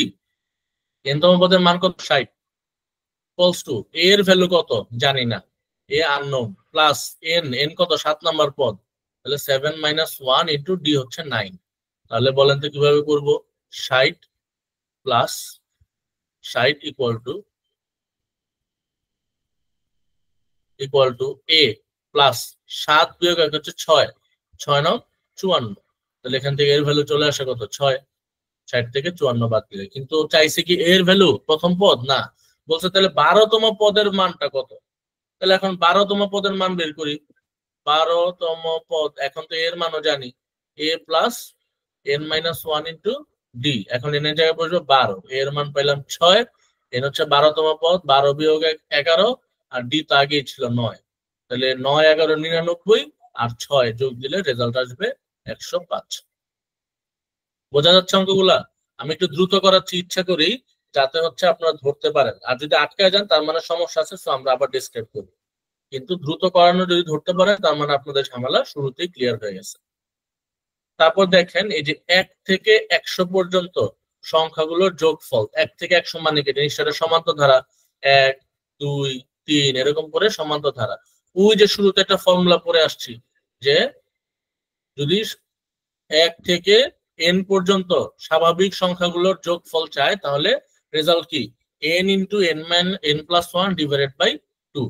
তাহলে যদি 100 পর্যন্ত যায় তাহলে 100 into 100 plus 1 divided by 2। Just আমরা ফর্মুলা অনুসরণ করব, n সংখ্যক স্বাভাবিক সংখ্যার যোগফল। তাহলে এখানে কি 100 পর্যন্ত লাস্ট আছে, তাহলে ফর্মুলা হচ্ছে n into n plus 1 divided by 2। Last পদ কোনটা? 100, তাহলে 100 ইন্টু 100 প্লাস 1 তার মানে 101 ডিভাইডেড বাই 2। তো 2 দিয়ে 100 কাটলে 50, 50 ইন্টু 101, তাহলে 50 ইন্টু 100 মানে কত? 5000, আর পরে আরেকটা একের জন্য আরেকটা 50, তার মানে 5050। অ্যাপ্লিকেশনটা বুঝতে পারছেন তো? n সংখ্যক স্বাভাবিক সংখ্যার যোগফল, তাহলে 1 থেকে 100 পর্যন্ত ছিল, সো n এর ভ্যালু হয়ে গেছে 100। আবার স্কয়ার হইলে নতুন ফর্মুলা, কিউব হইলেও নতুন ফর্মুলা। ফর্মুলাগুলো অবশ্যই আপনাদের কি করতে হবে? মাথায় রাখতে হবে। একটা সমান্তর অনুক্রম বা ধারা বলেই দিছে পঞ্চম পদ হচ্ছে 18, আর প্রথম 5টি পদের যোগফল হচ্ছে 75। তাহলে প্রথম পদটি কত? পঞ্চম পদ মানে এন এর ভ্যালু কত? 5, আর সেই 5তম পদের মানটা হচ্ছে 18। তাহলে আমরা যদি ফর্মুলা দেই তাহলে 18 equals to A plus n minus 1 into D, এটা একটা ইকুয়েশন। তাহলে 18 ইকুয়ালস টু এর ভ্যালু কত জানি না, সেটা তো জানতে চাইছে আমার কাছে, প্লাস n মাইনাস 1, n এর ভ্যালু কত? 5, তাহলে 5 মাইনাস 1 ইন্টু ডি। ডি হচ্ছে কি তাদের কমন ইন্টারভাল, সেটাকে আমরা জানি? সেটাও জানি না। তাহলে ডিটাকে ডি এর মতো করে লিখে দিই। তাহলে 18 equal to A plus 5 minus 1 হচ্ছে 4, এ প্লাস 4d। এটা হচ্ছে আমার 1 নাম্বার ইকুয়েশন। বুঝা গেছে?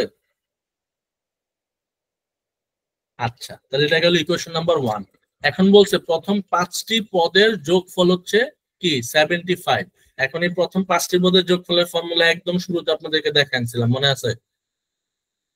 এই দেখেন, প্রথম 5টি পদের, তার মানে প্রথম এই যে এন পদের সমষ্টি হচ্ছে S to the S N থাকলে ফর্মুলা হচ্ছে এটা n/2 2a plus n minus 1 into d. তাহলে এখন আমাদের এই ফর্মুলাটা লাগবে,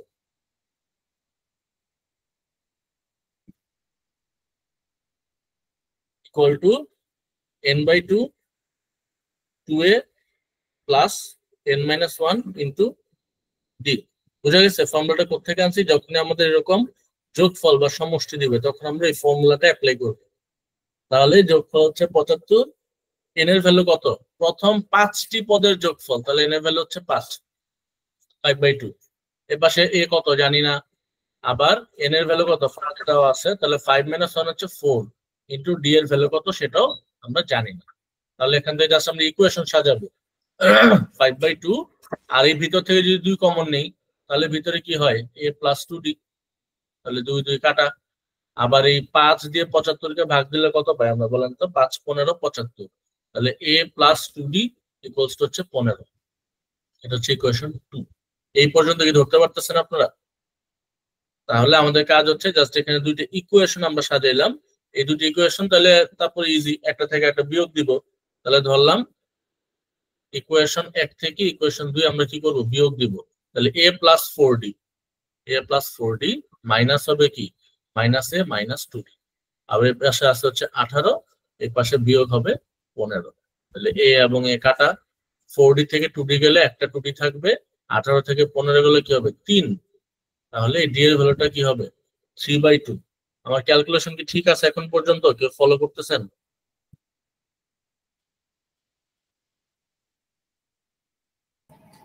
ডি এর ভ্যালু হচ্ছে 3/2 চলে আসলো। এখন আমাদের কাজ হচ্ছে যে কোনো একটাই এই ডি এর ভ্যালুটা বসাইলে সেখান থেকে হচ্ছে আমরা কি পাবো? এ এর ভ্যালুটা হচ্ছে আমরা পেয়ে যাব। বা এটাকে আমরা আরো শর্টকাট করতে পারতাম, এই যে এটার ভিতরে a প্লাস 2d বা এই যে 2a প্লাস 4d, এটার ভিতরে কিন্তু আমরা একটা a প্লাস 4d এটার মান বসাই দিতে পারতাম, প্রতিস্থাপন পদ্ধতি আর কি যেটা। তাহলে ওইখান থেকে হচ্ছে সলভ হয়ে যেত, ওইভাবে করা যায়। আবার এখন ডি এর মানটা আমরা যে কোনো একটা ইকুয়েশনে বসাই দিলে সেখান থেকে এর মানটা পেয়ে যাব। ধরলাম আমি 1 নাম্বার ইকুয়েশনে বসাবো, তাহলে a প্লাস 4d, তাহলে 4 ইন্টু ডি এর ভ্যালু কত 3/2 ইকুয়ালস হচ্ছে 18। তাহলে 2 দিয়ে 4 কাটলে 2, 3 দুগুণা 6, তার মানে a প্লাস 6 ইকুয়ালস হচ্ছে 18। তাহলে এর ভ্যালু কত? 18 থেকে 6 গেলে 12।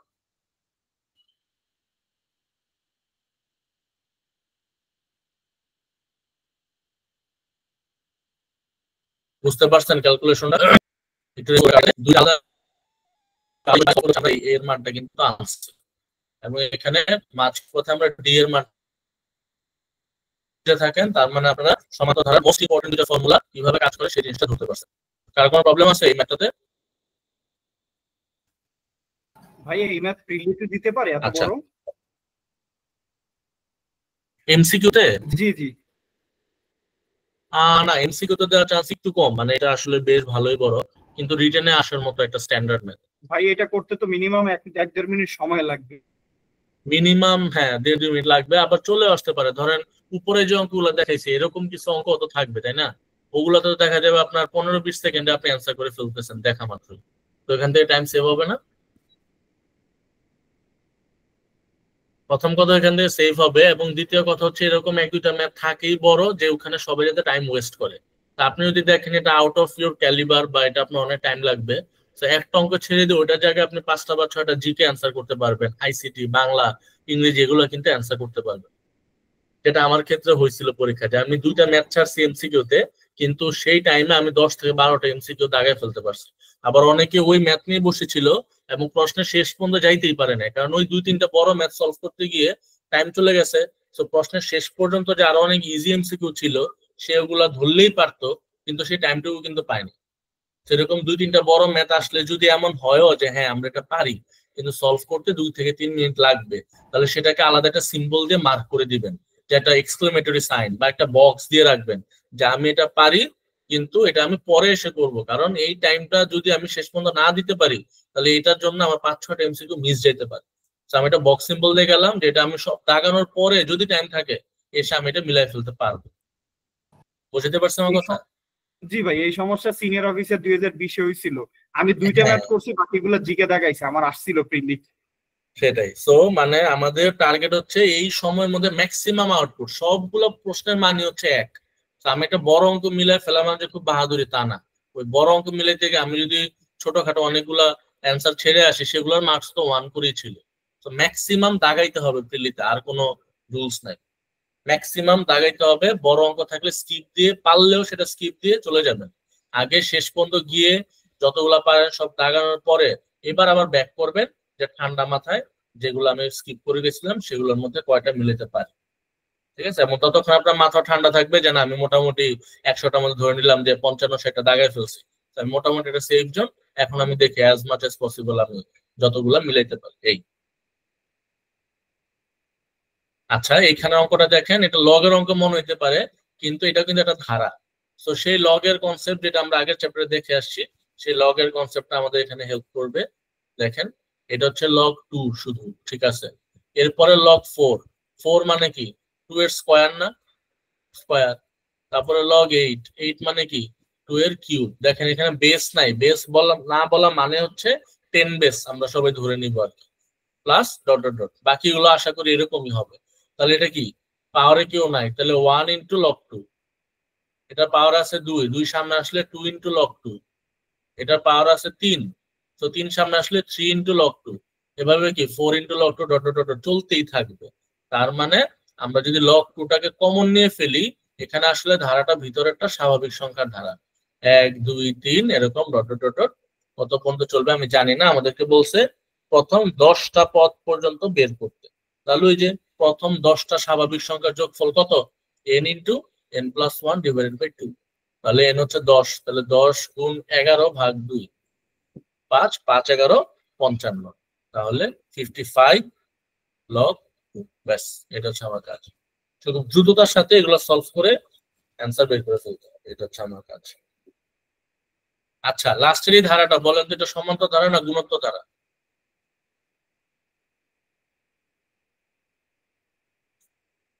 কেউ বলতে পারেন? গুণোত্তর ধারা। গুণোত্তর ধারা, কারণ এটা এখানে দেখেন রেশিওটা সেম।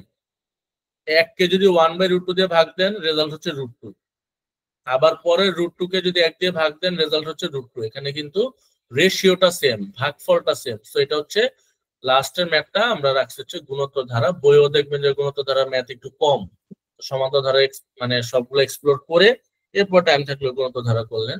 তাহলে বলছে এই ধারাটির কোন পদ, কয় নাম্বার পদের ভ্যালু এত হবে। তাহলে n-তম পদ, সেনের ভ্যালুটা আমি জানি না। কি কি জানি আমরা?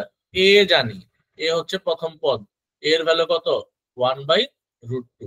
আর হচ্ছে এই যে রেশিওটা, রেশিওটা হচ্ছে আর, দ্বিতীয় পদ ডিভাইডেড বাই প্রথম পদে রেশিওটা কত √2। তাহলে এর ভ্যালু 1/√2, আর এর ভ্যালু কি শুধু √2। n এর ভ্যালু আমি জানি না, এটা জানতে বলছে। আর এটা হচ্ছে n-তম পদের মান। ফর্মুলা কি বলছে, n-তম পদ আমরা কিভাবে বের করব, a into r two the power n-1। n-তম পদের মান কত 8√2, এর ভ্যালু 1/√2, আর এর ভ্যালু শুধু √2, n-1। এই পাওয়ারের n এর ভ্যালুটাই কিন্তু আমি কি করতেছি, পারতেছি না। এখন এখানে সেই আবার সূচক লগারিদমের যে অঙ্কের কনসেপ্ট, সেটা আবার এখানে কি করতে হবে, খাটাইতে হবে। চিন্তা করেন তো, এই √2টা ভাগ আছে, এটাকে এই পাশে গুণ দিয়ে দিই। তাহলে √2 to the power n-1 equal to 8√2 into √2। মানে কি √2 মানে একটা 2, 8 2 16। এবার এই পাশে আসেন, তাহলে √2 টু দি পাওয়ার n-1 হচ্ছে 16। ওই যে 16-র ভিতরে কয়টা √2, 2 এর ভিতরে হচ্ছে 2টা √2। তাহলে 16-র ভিতরে কয়টা √2, 8টা √2। তাহলে √2 টু দি পাওয়ার n-1 হচ্ছে √2 টু দি পাওয়ার 8, সেই সূচকের অঙ্ক। তাহলে বেস বেস কমন পড়ে গেছে, ক্যান্সেল আউট করে n-1 হচ্ছে 8, তাহলে n এর ভ্যালু কি 8 + 1 মানে 9। সো এটা নবম পদের ভ্যালুটা হচ্ছে আপনার কি 8 রুট। সো এতটুকু হচ্ছে আমাদের সমান্তর ধারা এবং গুণোত্তর ধারা।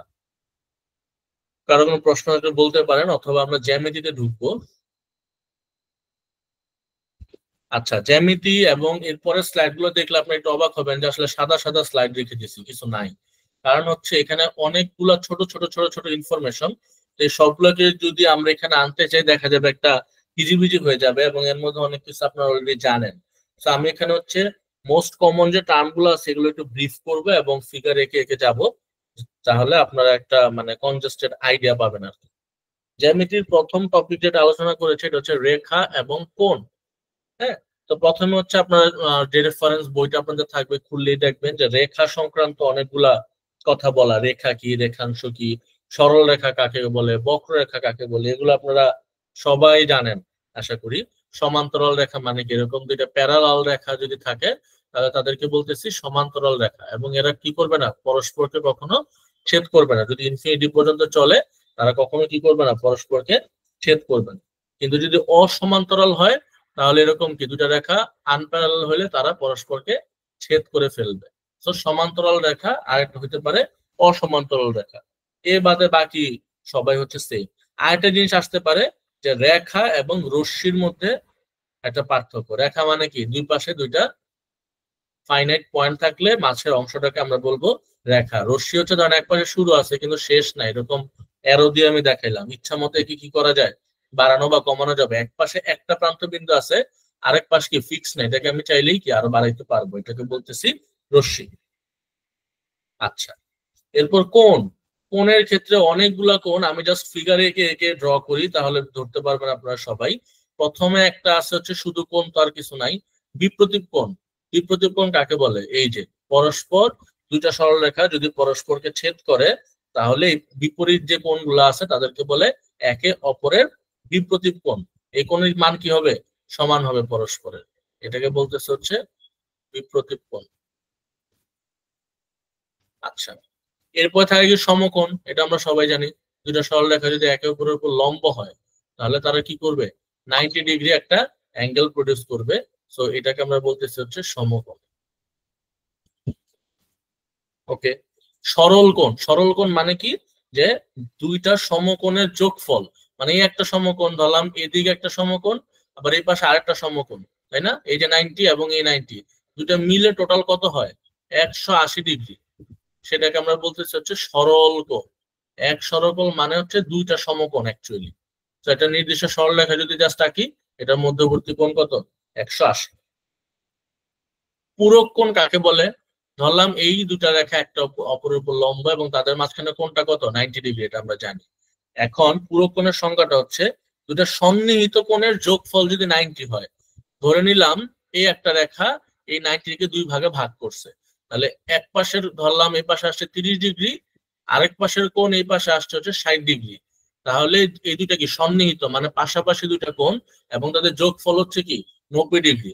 তাহলে এই 30 ডিগ্রি 60 ডিগ্রির পূরক কোণ, মানে একে অপরের পূরক কোণ, সংখ্যাটাকে হচ্ছে এইভাবে ডেসক্রাইব করা হয় যে 30 ডিগ্রি এবং 60 ডিগ্রি এরা হচ্ছে একে অপরের পূরক কোণ। সেম ভাবে একটা সরল কোণ কি, এই যে ধরলাম এই পয়েন্ট যদি হয় পুরোটা কত, 180 ডিগ্রি। ধরে নিলাম একদিকে আছে 60 ডিগ্রি, আরেক দিকে আছে 120 ডিগ্রি, যাদের যোগফল হচ্ছে এক সরল কোণের সমান বা 180 ডিগ্রি। তাহলে এখানে এই 60 ডিগ্রি এবং 120 ডিগ্রি এরা একে অপরের সম্পূরক কোণ। সম্পূরক কোণ, বোঝা গেল? আচ্ছা, তারপর আরো দুটা টার্ম আসবে, সূক্ষ্মকোণ এবং স্থূলকোণ। সূক্ষ্মকোণ হচ্ছে 90 ডিগ্রির চেয়ে কম মান যদি হয় কারো, এটা হচ্ছে সূক্ষ্মকোণ। সূক্ষ্মকোণ কি হবে, always less than 90, theta less than 90, এটা হবে সূক্ষ্মকোণ। আর স্থূলকোণ হচ্ছে থিটা গ্রেটার দেন 90 কিন্তু লেস দেন 180, তাহলে এটাকে বলবো হচ্ছে স্থূলকোণ। কি হবে, 90 ডিগ্রির চেয়ে বড় কিন্তু 180-র চেয়ে কি হবে, ছোট। উল্টা লিখে ফেলছি নাকি?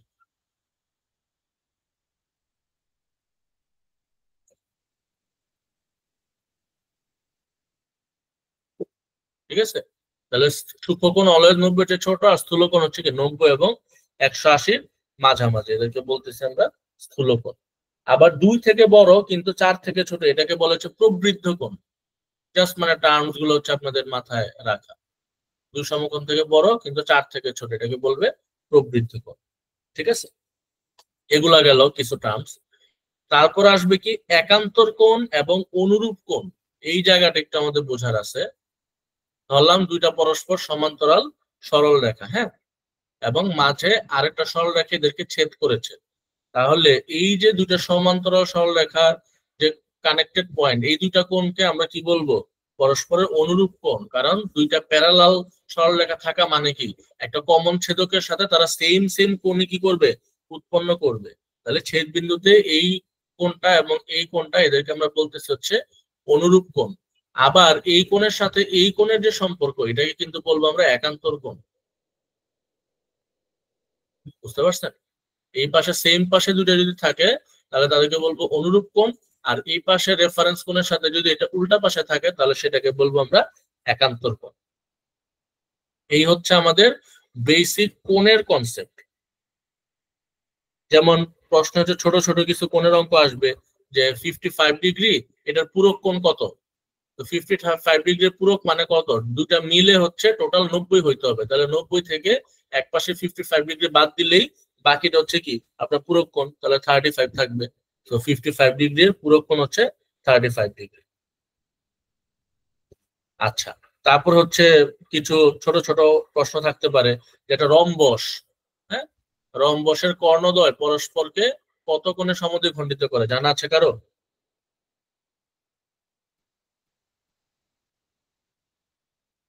রম্বসের কর্ণদ্বয় কিন্তু পরস্পরকে সমকোণে সমদ্বিখণ্ডিত করে। এই অ্যাঙ্গেলগুলো কিন্তু কি সমকোণে সমদ্বিখণ্ডিত করে। সো এই ছোটখাটো প্রশ্নগুলো এখানে আসতে পারে যে রম্বসের কর্ণদ্বয় পরস্পরকে কত কোণে সমদ্বিখণ্ডিত করতেছে।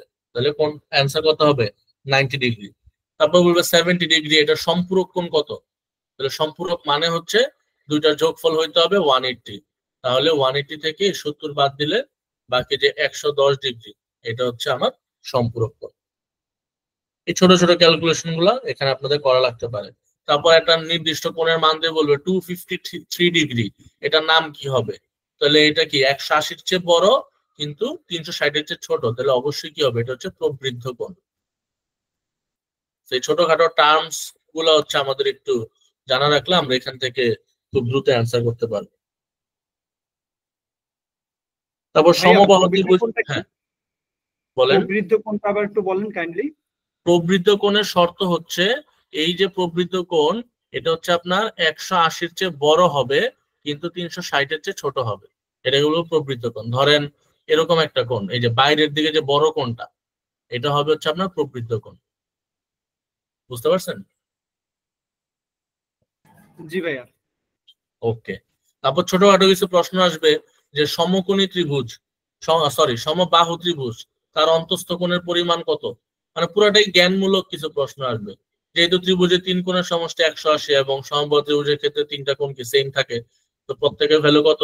60 ডিগ্রি করে। সমবাহু ত্রিভুজের ক্ষেত্রে অন্তস্থ কোণের মান হচ্ছে কি 60 ডিগ্রি করে হবে সবগুলা। তো এইরকম বেসিক ছোটখাটো কিছু জ্ঞানমূলক প্রশ্ন এখানে আসতে পারে। আচ্ছা, এরপর দেখেন এখানে যদি বলি ত্রিভুজ রিলেটেড কি কি হইতে পারে, এরকম ত্রিভুজ রিলেটেড দেখবেন যে অনেক অনেক তথ্য আসতে পারে। এর মধ্যে যে ছোটখাটো সংখ্যাগুলো আমরা অলরেডি জানি যে ত্রিভুজের কি কি টাইপ। যদি 3টা বাহুর দৈর্ঘ্য এরকম সমান সমান হয়, এ এ এ সেম সেম, তাহলে এটাকে আমরা বলতেছি সমবাহু ত্রিভুজ। যদি এমন হয় যে 2টা বাহুর দৈর্ঘ্য সেম, এই যে এই 2টা বাহুর দৈর্ঘ্য হচ্ছে সেম, আর 3 নাম্বার বাহুটা কি একটু ছোট বোঝা যাচ্ছে, এটা অন্য একটা দৈর্ঘ্য, তাহলে এটাকে কি বলবো? সমদ্বিবাহু। আর যদি 3টার দৈর্ঘ্য 3 রকম হয়, এটা একটা এটা একটা এটা আরেক রকম লেন্থ, তাহলে এটাকে বলবো কি? বিষমবাহু। এগুলো আমরা সবাই কম বেশি জানি। যেগুলো আমরা জানি না সেগুলো হচ্ছে কিছু ডেফিনিশন, ত্রিভুজ সম্পর্কিত কিছু উপপাদ্য আছে। আমরা যদি একটা বড় ত্রিভুজ আঁকি, এটার মাধ্যমে আমরা সবগুলো একটু তাহলে বুঝতে পারবো। ধরে নিলাম এই ত্রিভুজটা হচ্ছে আমাদের একটা র্যান্ডম, হ্যাঁ, স্যাম্পল ত্রিভুজ। এখন এখানে কিছু টার্ম আছে। প্রথম একটা টার্ম হচ্ছে পরিকেন্দ্র। প্রথম একটা টার্ম কি এই পাশে পরিকেন্দ্র। পরিকেন্দ্র মানে কি? ত্রিভুজের বাহুগুলোর সমদ্বিখণ্ডকের ছেদবিন্দু। বাহুর যে সমদ্বিখণ্ডক থাকবে সেই সমদ্বিখণ্ডকের ছেদবিন্দু, সেটাকে আমরা বলবো হচ্ছে পরিকেন্দ্র। তাহলে বাহুর সমদ্বিখণ্ডক মানে কি? এই যে বাহুগুলোর মাঝ মধ্যবিন্দু দিয়ে হচ্ছে সমদ্বিখণ্ডক যাবে, এই বাহুর মধ্যবিন্দু যে এখানে, এখান দিয়ে সমদ্বিখণ্ডক যাবে, এই বাহুর মধ্যবিন্দু হচ্ছে এইখানে, তাই তো? তাহলে সমদ্বিখণ্ডকগুলো আমরা কিভাবে ড্র করি? সমদ্বিখণ্ডক হবে এই বাহুর সাথে 90 ডিগ্রি কোণে। এক্স্যাক্টলি হয়তো এখানে হবে না, মানে আমি আঁকতে পারবো না, কিন্তু শর্তটা হচ্ছে কি হবে, এটা 90 ডিগ্রি অ্যাঙ্গেলে পরস্পরকে পাস করবে। এই পাশে কি হবে? 90 ডিগ্রি অ্যাঙ্গেলে পাস করবে। এই পাশেও কি হবে? 90 ডিগ্রি অ্যাঙ্গেলে পাস করবে। তাহলে এই যে রেখাটা, এটাকে যদি আমরা বর্ধিত করি, এই যে রেখাটা, এটা যদি আমরা বর্ধিত করি, তাহলে ছেদ বিন্দুটা যেখানে গিয়ে মিলিত হবে সেটা হচ্ছে এই ত্রিভুজের জন্য পরিকেন্দ্র। তাহলে সোজা কথায় পরিকেন্দ্র হচ্ছে বাহুর যে সমদ্বিখণ্ডক গুলা থাকবে, সেই সমদ্বিখণ্ডকের ছেদ বিন্দু হচ্ছে পরিকেন্দ্র। আপনাকে এগুলো ড্র করতে বলবে না কখনোই, জাস্ট কনসেপ্টটা মাথায় থাকলেই হবে। যদি বলে অন্তকেন্দ্র, পরিকেন্দ্র মানে তাহলে কি? বাহুর সমদ্বিখণ্ডকগুলোর ছেদবিন্দু। এখন যদি বলে অন্তকেন্দ্র, অন্তকেন্দ্র মানে হচ্ছে কোণ আছে না তিনটা, এই কোণের সমদ্বিখণ্ডকের ছেদবিন্দু। তাহলে এই যে একটা কোণ, কোণটাকে যে আমরা ছোটবেলায় কম্পাস দিয়ে এরকম করতাম না, সমদ্বিখণ্ডক আঁকতাম, তাহলে এই সমদ্বিখণ্ডক যাবে এদিকে। এই যে কোণ, এটার এরকম যদি আমরা নেই, তাহলে এটা সমদ্বিখণ্ডক যাবে কি এইদিকে কোথাও। আবার এই যে কোণ আছে, এটা সমদ্বিখণ্ডক নিলে এটা যাবে এদিকে কোথাও। তাহলে কোণ তিনটা যে কানেক্টিং পয়েন্ট, সেটাকে আমরা বলবো হচ্ছে অন্তকেন্দ্র। যদি বলে ভর কেন্দ্র কাকে বলে? ভর কেন্দ্র হচ্ছে মধ্যমাত্রার ছেদবিন্দু। মধ্যমাত্রায় ছেদবিন্দু, সেটাকে আমরা বলতেছি হচ্ছে ভর কেন্দ্র। হোয়াট ইজ মধ্যমা? যদি আমরা একটু নিচে আরেকটা ত্রিভুজের মধ্যে আঁকি, মধ্যমা হচ্ছে জাস্ট বাহুগুলার মধ্যবিন্দু, ঠিক আছে? জাস্ট বিপরীত বিন্দু থেকে আমরা, এই বিপরীত শীর্ষবিন্দু থেকে এই বাহুর মধ্যবিন্দু গুলাকে কানেক্ট করে দিবে, তাহলে পেয়ে যাবো হচ্ছে মধ্যমা। এই যে একটা মধ্যমা, এই পাশে ধরেন মিডল পয়েন্ট, এই যে আরেকটা মধ্যমা, এই পাশে আরেকটা মিডল পয়েন্ট, এই যে আরেকটা মধ্যমা। তো এই শীর্ষবিন্দু থেকে বিপরীত বর মধ্যবিন্দু পর্যন্ত কানেক্টেড রেখাগুলোকে বলবো মধ্যমা। এই মধ্যমার ছেদবিন্দু গুলোকে আমরা বলবো হচ্ছে কি? ভর কেন্দ্র। বোঝা যাচ্ছে ডেফিনেশন গুলা? এই রিলেটেড নলেজ গুলো থাকলে হচ্ছে বেশ ভালো আইডিয়া ডেভেলপ করবে। লম্ব কেন্দ্র কাকে বলে? সেম ত্রিভুজ যদি নেই, এখানে আর সমান সমান ভাগে ভাগ করার কিছু নাই, বিপরীত শীর্ষ থেকে জাস্ট লম্ব আঁকবো, তাহলে পাওয়া যাবে হচ্ছে লম্ব বিন্দু। বিপরীত শীর্ষ থেকে জাস্ট লম্ব আঁকবো, ধরে নিচ্ছি এটা হচ্ছে 90 ডিগ্রি অ্যাঙ্গেল আর কি। তো এইখান থেকে আঁকলে এরকম কোথাও একটা যাবে। তাহলে এই বিপরীত শীর্ষ থেকে যদি আমরা লম্ব আঁকি, তাহলে সেই তিনটা যেখানে গিয়ে ছেদ করবে সেটাকে আমরা বলবো হচ্ছে লম্ব বিন্দু। সেই 5টা টার্মস মাথায় রাখলে আপনাদের এখানে আর ধরতে কোনো ঝামেলা হবে না, ঠিক আছে? পরিকেন্দ্র, অন্তকেন্দ্র, ভর কেন্দ্র, আর এদিকে হচ্ছে লম্ব বিন্দু। এখানেও দেখবেন যে ত্রিভুজের মধ্যে ছোটখাটো কিছু অঙ্ক দেওয়া আছে। 3 কোণের সমষ্টি, ত্রিভুজের 3 কোণের সমষ্টি, 3 কোণ মিলে কত হবে? 180 ডিগ্রি হইতে বাধ্য। তো 3 কোণ মিলে যদি 180 ডিগ্রি হয়, এর মধ্যে আপনাকে সেই ওই যে রেশিও প্রপোর্শনে পড়ে আসছি না আমরা, 3টা কোণের মান হচ্ছে 1:2:3। তাহলে একটা x, একটা 2x আর একটা 3x, এই 3টার যোগফল হচ্ছে 180। তাহলে এখান থেকে x এর ভ্যালু বের করে আমরা ইন্ডিভিজুয়াল মানগুলো হচ্ছে বের করতে পারবো। তারপর সমবাহু ত্রিভুজের কিছু ম্যাথ, পরিসীমা থেকে আমরা দেখবো যে সমবাহু ত্রিভুজ যদি হয়, তাহলে সমবাহু ত্রিভুজের ক্ষেত্রফলের সূত্র আছে, তার পরিসীমা বের করার সূত্র তো আছেই, মানে 3টা বাহু দৈর্ঘ্য যোগ দিলে যদি বলে ক্ষেত্রফল কত, সেই ক্ষেত্রফল বের করার কি আলাদা আলাদা সূত্র আছে, √3/4 ইন্টু বাহুর দৈর্ঘ্য। এগুলো আমরা পরিমিতি যখন করবো তখন আমরা এগুলো দেখবো, এগুলো নিয়ে প্যারানোর কিছু নেই। জাস্ট এখন আমাদের কাজ হচ্ছে রেখা, কোণ, ত্রিভুজ এবং এই সমকোণ ত্রিভুজ সম্পর্কে বেসিক আইডিয়াটা নেওয়া। সমকোণ ত্রিভুজ একটা স্পেশাল, কারণ এটা নিয়ে পিথাগোরাসের একটা উপপাদ্য আছে, যে যদি সমকোণ ত্রিভুজ হয় তাহলে তার বিপরীত বাহুটাকে অলওয়েজ আমরা নাম দেব হচ্ছে অতিভুজ। এক পাশে হচ্ছে লম্ব, এক পাশে হচ্ছে ভূমি, ঠিক আছে? তাহলে অতিভুজ স্কয়ার ইকুয়ালস টু লম্ব স্কয়ার যোগ ভূমি স্কয়ার। আর এই অনুপাতগুলো আসলে খুব ইম্পর্টেন্ট। সমকোণ ত্রিভুজের অঙ্ক ভালো মতো পারতে চাইলে এই অনুপাতগুলো একটু মুখস্থ বলতে কি মাথায় রাখেন, তাহলে অনেক সময় অঙ্ক দেখলে আপনারা গেস করতে পারবেন যে একটা ভ্যালু 8 আর 15 দেওয়া, তাহলে নিশ্চয়ই এটা 17 হবে এবং এটা নিশ্চয়ই সমকোণী ত্রিভুজের কোন একটা ম্যাথ হবে। মানে জাস্ট এরকম মাথায় রাখতে পারলে আপনাদের জন্য সুবিধা হবে আর কি ধরতে পারাটা। আর সমকোণী ত্রিভুজ রিলেটেড ম্যাথ গুলো খুব ইজি ইজি আসে একদম। আপনার অতিভুজ, লম্ব, ভূমি তিনটার মধ্যে যে কোনো দুইটার ভ্যালু দিয়ে দিবে। 3 নাম্বার আর একটা আননোন হচ্ছে আপনার বের করতে হবে। ধরেন এরকম বলে দিল যে এটা একটা সমকোণী ত্রিভুজ, একটা ভ্যালু 3 একটা 4, তাহলে আননোনটা কত হবে? আপনার কম্বিনেশন জানা থাকলে কিন্তু এটা দেখে আপনি অ্যান্সার করে ফেলতে পারবেন। একটা 9 আর 40 বলা মানে 3 নাম্বার অতিভুজের ভ্যালুটা কি হচ্ছে 41 হচ্ছে, এটা কিন্তু দেখে আপনি অ্যান্সার করে ফেলতে পারবেন। তো এই জায়গাগুলো হচ্ছে আমাদের একটু কি করতে হবে, দ্রুততার সহিত সলভ করতে হবে আর কি।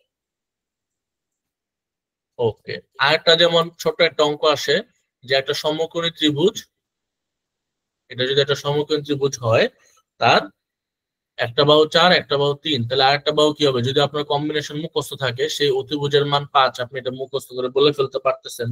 এবার বলবো অতিভুজের উপর অঙ্কিত বর্গক্ষেত্রের ক্ষেত্রফল।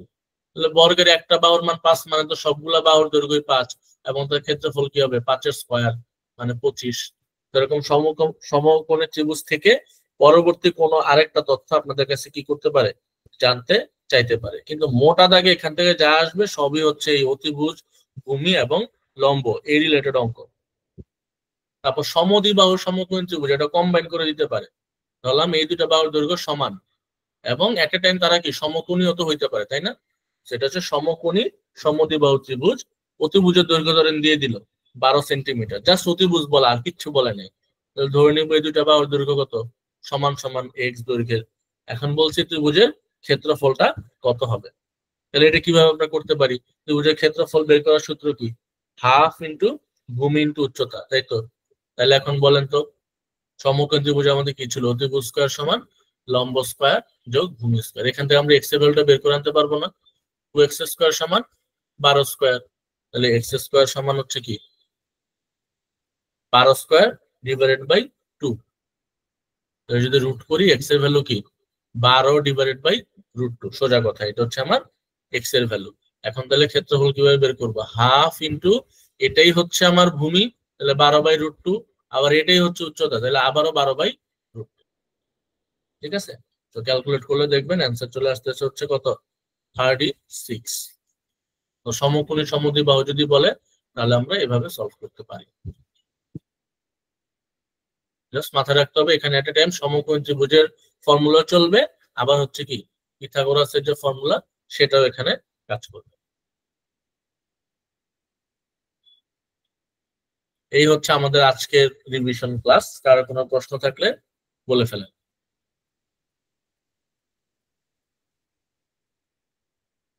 আজকের ক্লাসে থাকতে পারে, অন্য কিছু নিয়ে প্রশ্ন থাকতে পারে, যে কোনো প্রশ্নে থাক না কেন আপনারা জিজ্ঞাসা করতে পারেন যদি থাকে।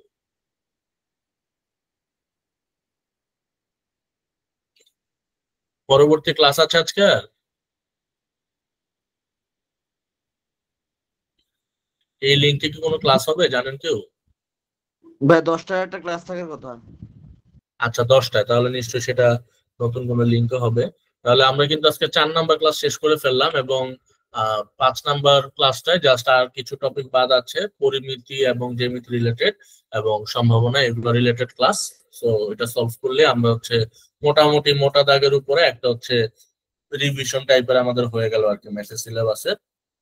এটা ইন ডিটেইলে ঢোকার অনেক সুযোগ আছে, কিন্তু জাস্ট আমরা হচ্ছে একদমই বেসিকের উপর দিয়ে যদি রিভিশন দিতে চাই তাহলে 5টা ক্লাস ফলো করলে আমরা হচ্ছে মোটামুটি পুরো ম্যাথের সিলেবাসের উপর একটা রিভিশনটা আমাদের হয়ে গেল আর কি। এরপরে কেউ চাইলে হচ্ছে আরো ইন ডিটেইলে ঢুকতে পারেন অথবা নিজের মতো করে প্র্যাকটিস করে সমস্যা থাকলে সেগুলো আমাদের সাথে শেয়ার করতে পারেন। ঠিক আছে, আর যদি কারো কোনো প্রশ্ন না থাকে আপনারা লিভ দিতে পারেন। হ্যাঁ, হ্যাঁ বলেন। এই পিডিএফ গুলো কি একটু দেওয়া যায় না ভাই, পিডিএফ গুলা? অ্যানোটেটেড পিডিএফ কিন্তু আমি সব দিয়ে দিচ্ছি। রাফি ভাইয়ের আমাদের আপনাদের মানে কোর্স কোঅর্ডিনেটর থাকার কথা, রাফি ভাইয়ের কাছে সবগুলো আমি প্রতিনিয়ত ক্লাস শেষে দিয়ে দিই। যদি না পেয়ে থাকেন একটু চেয়ে নেবেন ওনার কাছে। হ্যাঁ, আমি এই গ্রুপগুলোতে অ্যাড নাই তো সবগুলো গ্রুপে, আমি কোর্স কোঅর্ডিনেটরকে দিয়ে দিচ্ছি। আপনারা জাস্ট মানে চেয়ে নেবেন যে কোনটাকে পান নাই কিভাবে কি, বুঝতে পারছেন? জি ভাই, থ্যাংক ইউ। প্রতিটা ক্লাসেরই অ্যানোটেটেড পিডিএফ রেকর্ডিং সব হচ্ছে দেওয়া থাকে, কেউ কোনোটা মিস করে গেলে জাস্ট চেয়ে নেবেন। ঠিক আছে, আর কারো কোনো প্রশ্ন আছে?